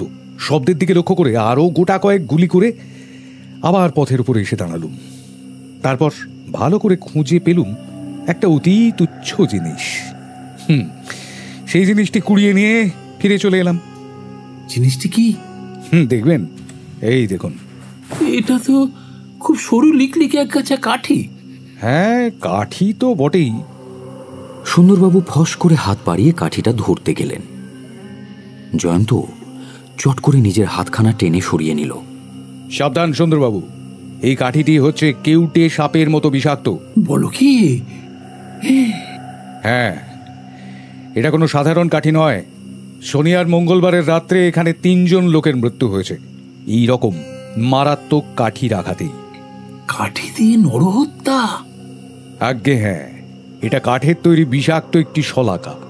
এর ওপরে খানিকটা টিনের পাতও আছে। আমি মেপে দেখেছি, মোটামুটিভাবে লম্বা এটা প্রায় 9 ইঞ্চি, আর এর বেড় হচ্ছে 1 ইঞ্চির 10 ভাগের 1 ভাগ মাত্র। খুনি এই শলাকা ছুঁড়ে আজ আমাকেও দুনিয়া থেকে সরাবার চেষ্টা করেছিল, কিন্তু আমার বর্ম ব্যর্থ করে দিয়েছে তার সে চেষ্টাকে। আজ আমার উপরে যে আক্রমণ হবে এটা আমি জানতুম সুন্দরবাবু, তাই ঘটনাস্থলে এই বর্মটি পড়ে গিয়েছিলাম। যাক, রহস্যের একদিকটা তাহলে পরিষ্কার হলো। বোঝাই যাচ্ছে শনি মঙ্গলবারে যে কাণ্ডগুলো এখানে হয়েছে তার মধ্যে অলৌকিক কিছুই নেই। তবু কিছু প্রশ্ন থেকেই যায়। এই যেমন ধরো, কেবল শনি আর মঙ্গলবারেই অপরাধী এখানে নরহত্যা করে কেন? অপরাধী যে অন্য বারেও মানুষ মারতে চায় সে প্রমাণ তো আমরা পেয়েছি সুন্দরবাবু। বলে যাচ্ছেন কেন? আমার মাথার উপরে মন্দিরের ছাদটা ফেলে অপরাধী যেদিন আমাকে মারতে চেয়েছিল সেই দিনটা ছিল রবিবার। তা তো বটেই, তা তো বটেই।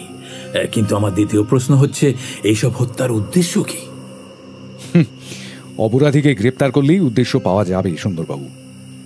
তাহলে তৃতীয় প্রশ্ন করছি, অপরাধীকে? সে তো এখনো অগাধ জলের কুমিরের মতো অতলে ডুবে আছে। অপরাধী যে কে সে বিষয়েও আমি খানিকটা আন্দাজ করতে পেরেছি। আমার অনুমান সত্যি কিনা কাল সকালেই তা জানতে পারা যাবে। আপাতত চলুন শুতে যাই। পরদিন খুব ভোরবেলায় ঘুম থেকে জেগে উঠে সুন্দরবাবু দেখলেন সাজ পোশাক পরে ঘরের ভেতর দাঁড়িয়ে রয়েছে জয়ন্ত আর মানিক। জয়ন্ত বলল, আরে ও মশাই, আপনাকে ডেকে ডেকে আমাদের গলা যে ভেঙে গেল, কিন্তু আপনার নাক ডাকা যে বন্ধ হতে চায় না কিছুতেই। তুমি ভুল বলছো জয়ন্ত। আমাদের গলা সুন্দরবাবুকে ডাকছিল না সুন্দরবাবুর নাক আমাদের ডাকছিল, আগে সেইটা স্থির হোক। ও ধন্যী সুন্দরবাবু, হিপোপটেমাসের নাকও বোধহয় এমন জোরে ডাকতে পারে না। মানিক, সকালবেলাতেই তুমি এমন একটা অপয়া জানোয়ারের সঙ্গে আমার তুলনা করবে না বলে দিচ্ছি। হিপোপটেমাস যে একটা অপয়া, আগে সেইটা আপনি প্রমাণ করুন। পারবো না, দয়া করে তুমি চুপ করো। আপনি চটপট হাত মুখ ধুয়ে তৈরি হয়ে নিন সুন্দরবাবু, বেরোতে হবে। সে কি? কোথায়? এখান থেকে কলকাতার প্রথম ট্রেন ছাড়ে বেলা 8টার সময়। তাতে কি? আমরা সরকারের চাকর নই সুন্দরবাবু, তাই আমাদের হয়তো কিছুই যায় আসে না, কিন্তু তাড়াতাড়ি না করলে পরে হয়তো আপনাকে অনুতাপ করতে হবে, এই বলে দিলুম। মানে? কলকাতার প্রথম ট্রেন যখন ছাড়বে তখন স্টেশনে হাজির থাকা দরকার। তোমার এই কথাটাও যেন কেমন হেয়ালির মতো শুনতে হলো না? সুন্দরবাবু, প্রত্যেক কথায় আমি এত জবাবদিহি করতে পারবো না। কালকেই আপনাকে বলেছি, আমি যা অনুমান করেছি তা সত্যি কিনা আজ পরীক্ষা করে দেখব। আমি আর মানিক স্টেশনের দিকে চললুম, কারণ যথেষ্ট দেরি হয়ে গেছে। ইচ্ছা করেন তো আপনি পরে স্টেশনে গিয়ে আমাদের সঙ্গে যোগ দিতে পারেন। যদি যান তো দয়া করে দুজন চৌকিদার নিয়ে যেতে ভুলবেন না। চলো হে মানিক। সুন্দরবাবু হতভম্ব হয়ে বোকার মতো ফ্যাল ফ্যাল করে তাকিয়ে দাঁড়িয়ে রইলেন। জয়ন্ত আর মানিক অপেক্ষা না করে ঘর থেকে দ্রুত পায়ে বেরিয়ে গেল। দুজন চৌকিদার নিয়ে যেতে বললে কেন? জয়ন্ত কি তাহলে রহস্যভেদ করতে পেরেছে? স্টেশনে গিয়ে কাউকে গ্রেপ্তার করতে হবে। জয়ন্ত আর মানিক স্টেশনের ভেতর ঢুকতে না ঢুকতেই ট্রেন এসে হাজির হলো। জয়ন্ত, তুমি কিন্তু আমাকেও এখনো কিছু বলনি। ব্যাপার কি? আমরা এত তাড়াতাড়ি কেন স্টেশনে এলো? তুমি আর সুন্দরবাবুর ভূমিকায় অভিনয় করবার চেষ্টা করো না মানিক।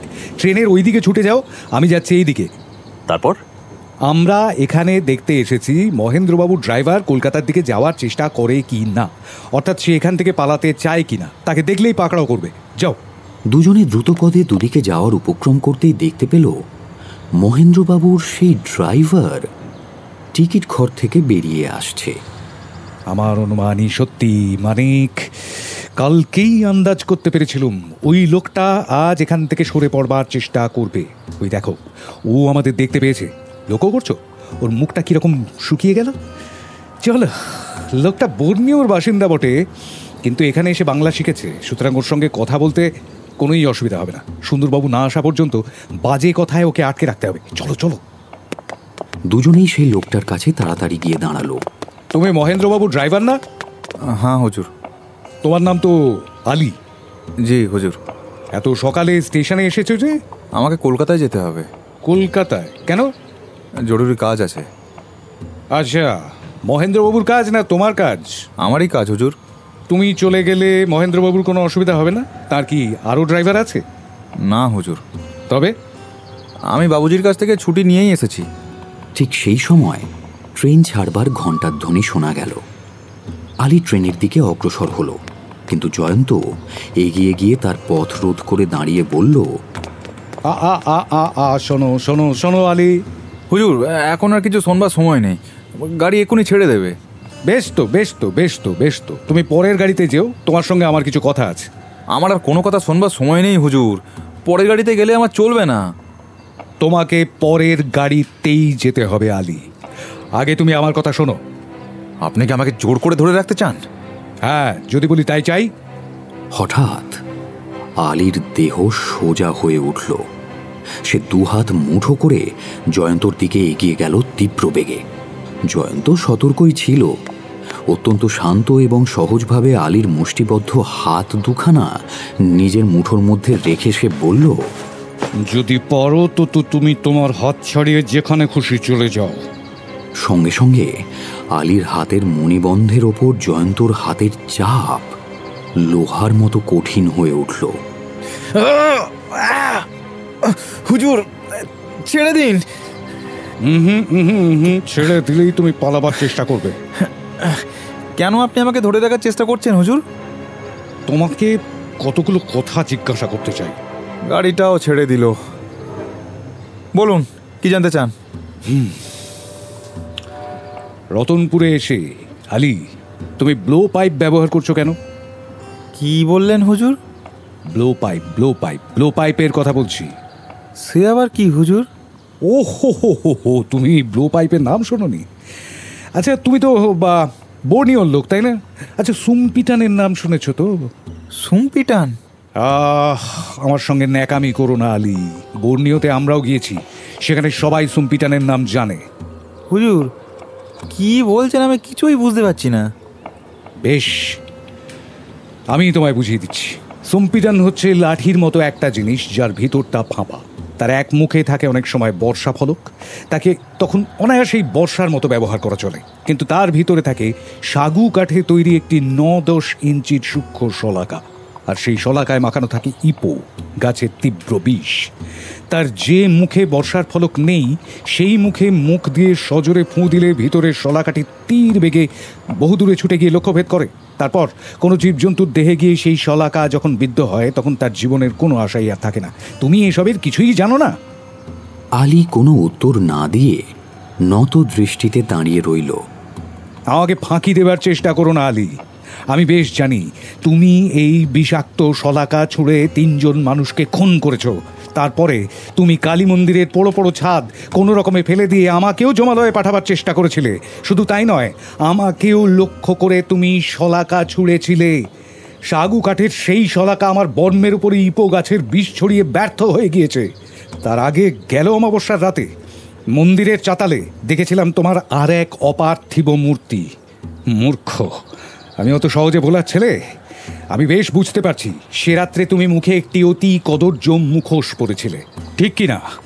আপনি তো সবই জানেন হুজুর, আমাকে এত কথা জিজ্ঞাসা করছেন কেন? সব কথা হয়তো এখন আমি জানতে পারিনি, তাই তোমাকে গোটা কয়েক প্রশ্ন করতে চাই। মিথ্যা উত্তর দিও না, কারণ মিথ্যা উত্তরে আমি ভুলবো না। আমি মিথ্যা বলি না হুজুর। কেন তুমি এখানে মানুষ খুন করো? সে কথাও কি বলতে হবে? আপনি এখনো বুঝতে পারেননি? কিছুটা তো নিশ্চয়ই পেরেছি, কিন্তু এইসব নরহত্যায় তোমার কি লাভ? আমার কোনো লাভ নেই হুজুর। তাহলে তুমি তোমার অপরাধ স্বীকার করছো? অস্বীকার করবার আর তো কোনো উপায় নেই হুজুর। এই সময় 4 জন চৌকিদারের সঙ্গে সুন্দরবাবু তার বিপুল ভুঁড়ি নিয়ে হাঁসফাঁস করতে করতে স্টেশনের ভেতরে প্রবেশ করলেন। জয়ন্ত আর মানিকের সঙ্গে আলীকে দেখে প্রথমটা সুন্দরবাবু কিছুই বুঝতে পারলেন না। বললেন, ট্রেন তো ছেড়ে দিয়েছে দেখছি, তোমরা এখানে দাঁড়িয়ে দাঁড়িয়ে ভ্যারেন্ডা পাচ্ছ কেন? এই আলীর সঙ্গে একটু গল্প টল্প করছি। বটে, এখন আমাকে কি করতে হবে বলো? হ্যাঁ, আপনিও আলীর সঙ্গে একটু গল্প আলাপ করুন না। এই জন্যই কি আমাকে এখানে আসতে বললে? ঠিক তাই, ঠিক ধরেছেন। এটা কোন দেশি ঠাট্টা? মোটেই ঠাট্টা নয় সুন্দরবাবু। তাহলে এখানে কি করছো তোমরা? আমরা আলীর সঙ্গে দেখা করবার জন্যই স্টেশনে এসেছি। মানে? হ্যাঁ, আলীকে জিজ্ঞেস করলেই আপনি শনিমঙ্গলের গুপ্ত কাহিনী শুনতে পাবেন। সে কি? চলুন, আলীকে নিয়ে আমরা মহেন্দ্রবাবুর কাছে যাই। তার কাহিনীটাও মহেন্দ্রবাবুকেও শোনানো দরকার না? বাবুজির কাছে কি আমাকে না নিয়ে গেলেই নয়? না, তোমার কীর্তির কথা শুনে তোমার মনিব কি বলেন সেটাও আমাদের জানা দরকার। চলো হে মানিক।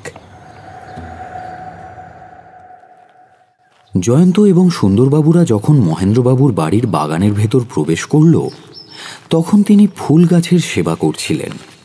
জয়ন্তকে দেখে মহেন্দ্রবাবু বললেন, আরে এই যে মেঘনা চাইতেই জল। কিন্তু তারপরেই দলের আর সবাইকে দেখে তার চোখে মুখে একটা বিস্ময়ের রেখা ফুটে উঠল। আলীকে দেখে অবাক হয়ে গেলেন বুঝি? তা একটু হয়েছে বই কি। কেন? আমার কাছে ছুটি নিয়ে আলী আজ সকালের গাড়িতেই কলকাতা যাবে বলেছিল। আলীর তো আজ কলকাতায় যাওয়া হলো না। ও হ্যাঁ, আলী বোধহয় এই জীবনে আর কখনো কলকাতায় যাওয়ার সুযোগ পাবে না। কেমন করে জানলেন? কেমন করে জানলাম? আলীর কাহিনী শুনলে আপনিও সেই কথাই বলবেন মশাই। মহেন্দ্রবাবু একবার আলীর মুখের দিকে তীক্ষ্ণ দৃষ্টিপাত করলেন। আলীর মুখে কোনো ভাবান্তর নেই। আলী, এইবার তোমার কাহিনী আমরা সবাই মিলে আর একবার শুনবো। তাহলে আলীরও এমন কাহিনী আছে যা আমি জানি না?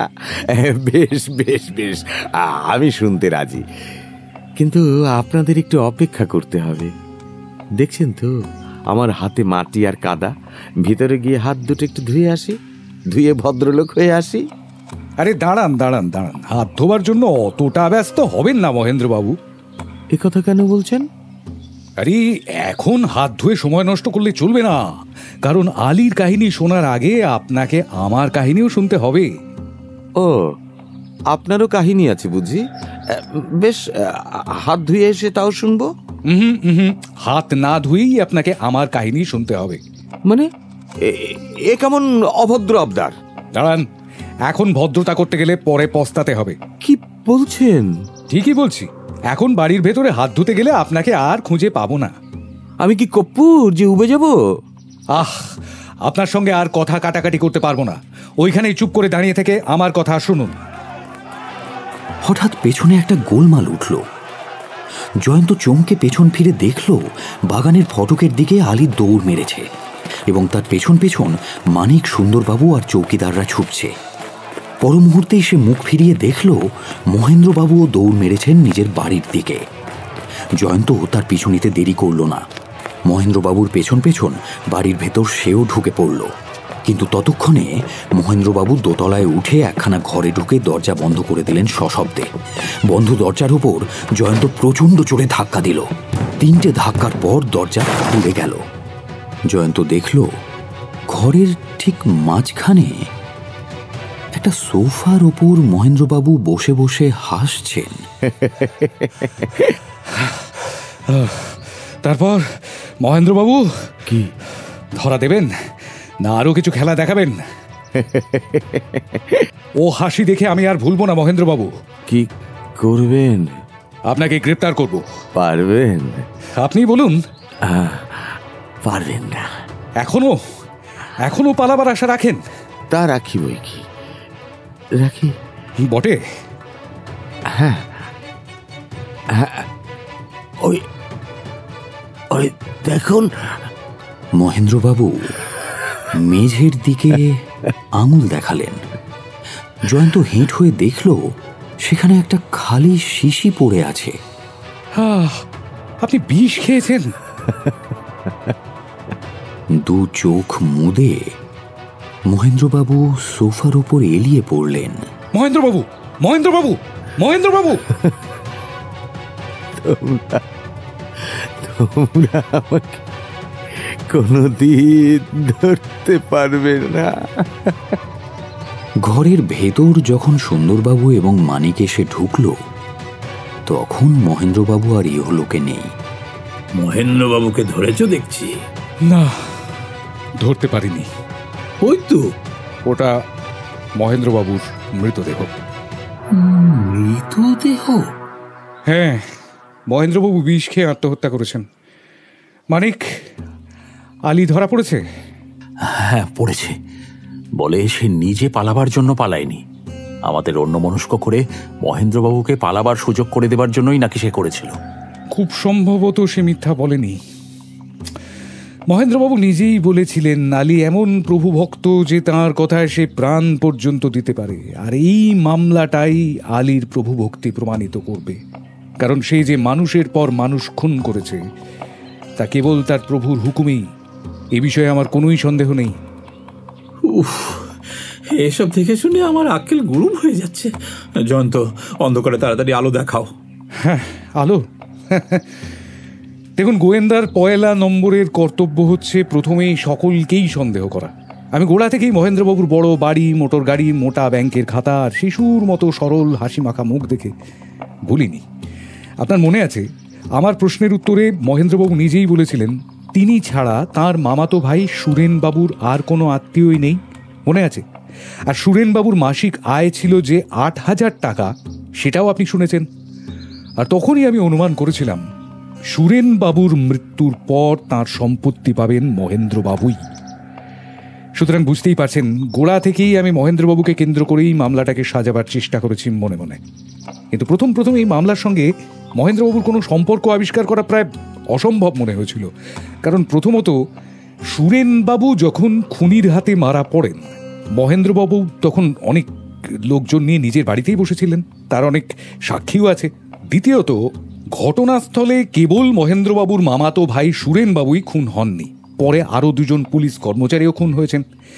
নিজের স্বার্থসিদ্ধির পরেও অকারণে দুজন পুলিশ কর্মচারীকে হত্যা করে তিনি নিজের বিপদ 3 গুণ বাড়িয়ে তুলতে চাইবেন কেন? তৃতীয়ত, মামলাটার সঙ্গে রয়েছে একটা প্রাচীন প্রবাদ আর অলৌকিক কাণ্ডের সম্বন্ধ। ওই প্রবাদ মহেন্দ্রবাবুর জন্মের আগে থেকে এই অঞ্চলে প্রচলিত ছিল, তাই এখানকার লোকেরা শনি মঙ্গলবারের রাতে কখনো ওই মন্দিরে ছায়া মারাতেও ভরসা করতো না। অবশ্য আগেও নাকি কেউ কেউ শনি মঙ্গলবারের রাতে প্রবাদের সত্যি মিথ্যে পরখ করবার জন্য ওই মন্দিরে গিয়ে প্রাণ হারিয়েছে। সুন্দরবাবু, যে কল্পনা শক্তিকে আপনি বরাবরই নিন্দা করে এসেছেন, আর আমি যাকে বরাবরই বলে এসেছি গোয়েন্দার পক্ষে অপরিহার্য, সেই কল্পনা শক্তিকেই প্রাণপণে ব্যবহার করবার চেষ্টা করলুম। গোড়ার দিকে তা প্রকাশ করলে সকলেই যে তাকে উদ্ভট বলে উড়িয়ে দিতেন, এ বিষয়ে আমার কোনোই সন্দেহ ছিল না। তো মামলাটাকে আমি সাজালুম এইভাবে: মহেন্দ্রবাবু ঘটনাস্থলে উপস্থিত না থাকতে পারেন, কিন্তু তার হুকুমে অন্য কোনো লোক গিয়ে খুন করতে পারে। খুনগুলো যে হচ্ছে কোনো অলৌকিক কারণে, সকলের মনে সেই বিশ্বাস দৃঢ় করে তোলবার জন্য ঘটনাস্থলে খুনের পর খুন করা হয়েছে, কেবল 2টো নির্দিষ্ট দিনে। তার ফলে কারুর নজর আসল অর্থাৎ প্রথম খুনের দিকে যাবে না। চলতি ও পুরনো প্রবাদটাকে মহেন্দ্রবাবু নিজের স্বার্থসিদ্ধির জন্য অত্যন্ত চালাকির সাথে ব্যবহার করেছেন। কালী মন্দিরের প্রবাদের সত্যি মিথ্যে পরখ করতে গিয়ে আরও কেউ যে মৃত্যু মুখে পড়েছে, খুব সম্ভব এটা হচ্ছে একটা বাজে কথা, প্রচলিত কথা। ওভাবে মৃত্যু রূপকথাতেই হয়, বাস্তব জীবনে নয়। এইবার ঘটনাগুলো একবার পরপর ভেবে দেখুন। খুব সম্ভবত বাইরে ঐশ্বর্যের জাঁকজমক থাকলেও ভিতরে ভিতরে মহেন্দ্রবাবুর অর্থকষ্ট উপস্থিত হয়েছিল, কারণ তা নইলে কেউ এমন ঝুঁকি নিয়ে খুন করে না। অতএব ধরে নিন, অর্থকষ্ট ঘোচাবার জন্য মহেন্দ্রবাবুর কুদৃষ্টি পড়ল সুরেনবাবুর ওপরে, যার মৃত্যু হলেই তিনি বিপুল সম্পত্তির মালিক হবেন।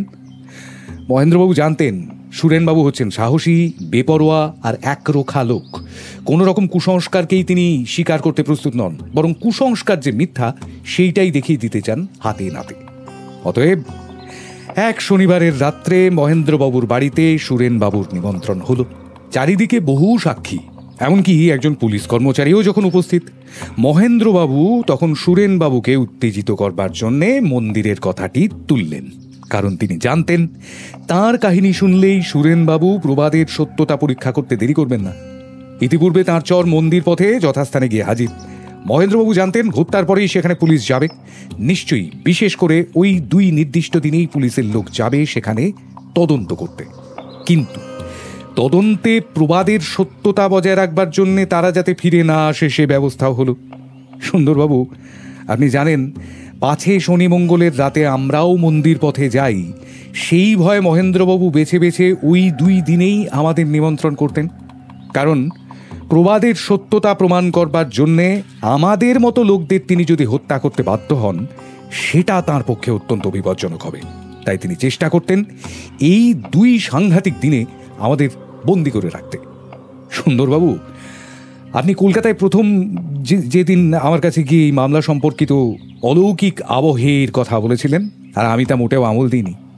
তবে আপনার বর্ণনার ভেতর থেকে আমি আবিষ্কার করেছিলাম একাধিক সূত্র। আপনি বলেছিলেন যে 3 জন লোক খুন হয়েছে এবং তাদের প্রত্যেকেরই দেহের বাম দিকে ছিল ক্ষতচিহ্ন, আর তারা নাকি খুন হয়েছিল ঠিক একই জায়গায় গিয়ে। তাই আমি ধরে নিলুম মৃত্যুর কারণ এসেছে বাম দিক থেকেই। আর সেই জন্যই প্রথম যেদিন আমরা মন্দির পথের নির্দিষ্ট স্থানে গিয়ে দাঁড়ালুম, তখন আমি আর কোনো দিকে না তাকিয়ে একেবারে ঢুকে গেলাম বাম দিকের জঙ্গলে। আমার আন্দাজ যে ব্যর্থ হয়নি একথা আপনি জানেন। জঙ্গলের ভেতরে খানিকটা অগ্রসর হয়েই এক জায়গায় দেখতে পেলুম অনেকগুলো পায়ের ছাপ, আর তখনই বুঝতে পারলুম খুনি এইখানে এসেই অপেক্ষা করে। তারপর সেখানে দাঁড়িয়ে আমি মন্দিরে যাওয়ার পথটা দেখবার চেষ্টা করলুম। দেখলুম জঙ্গলের অল্প একটু ফাঁক দিয়ে সেখান থেকে মন্দির পথের উপরে অনায়াসেই নজর রাখা যায়। আন্দাজে বুঝলুম এই ফাঁক দিয়েই হত্যাকারী তার কাজটি করে। কিন্তু সেই অস্ত্রটা কি?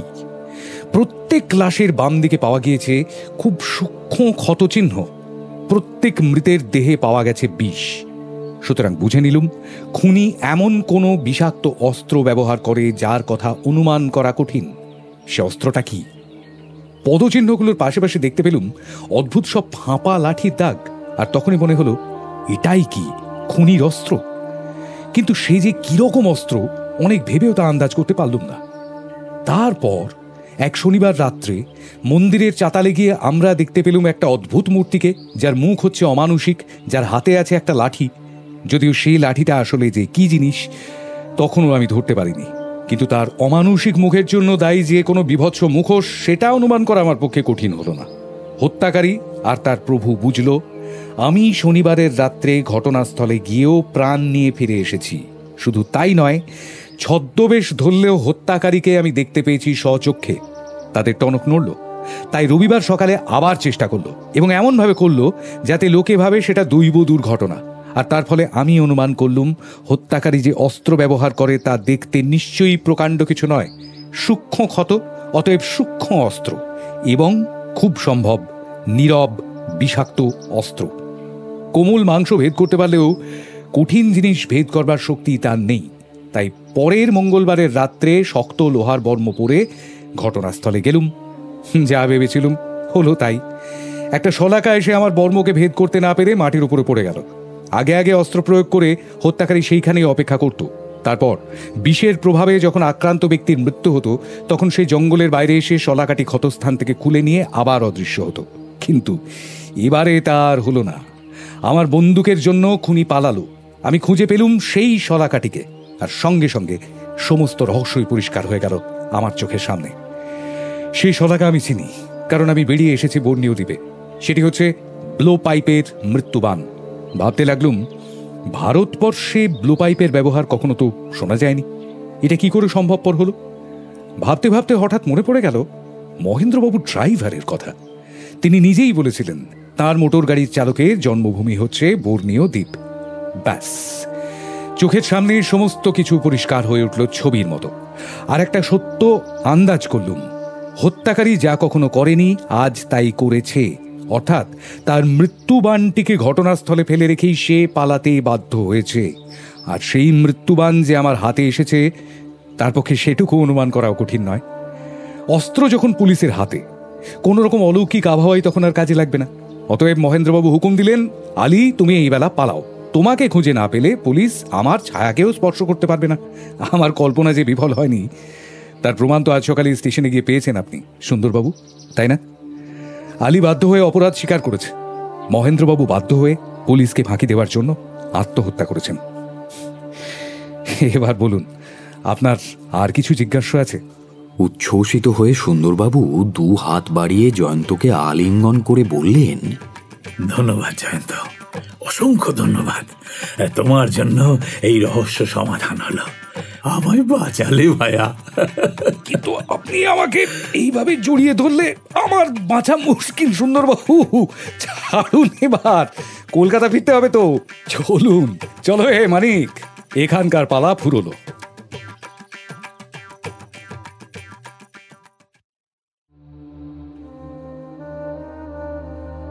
এতক্ষণ আপনি শুনছিলেন হেমেন্দ্র কুমার রায়ের জয়ন্ত মানিকের কাহিনী শনি মঙ্গলের রহস্য, only on radio Milan audio story.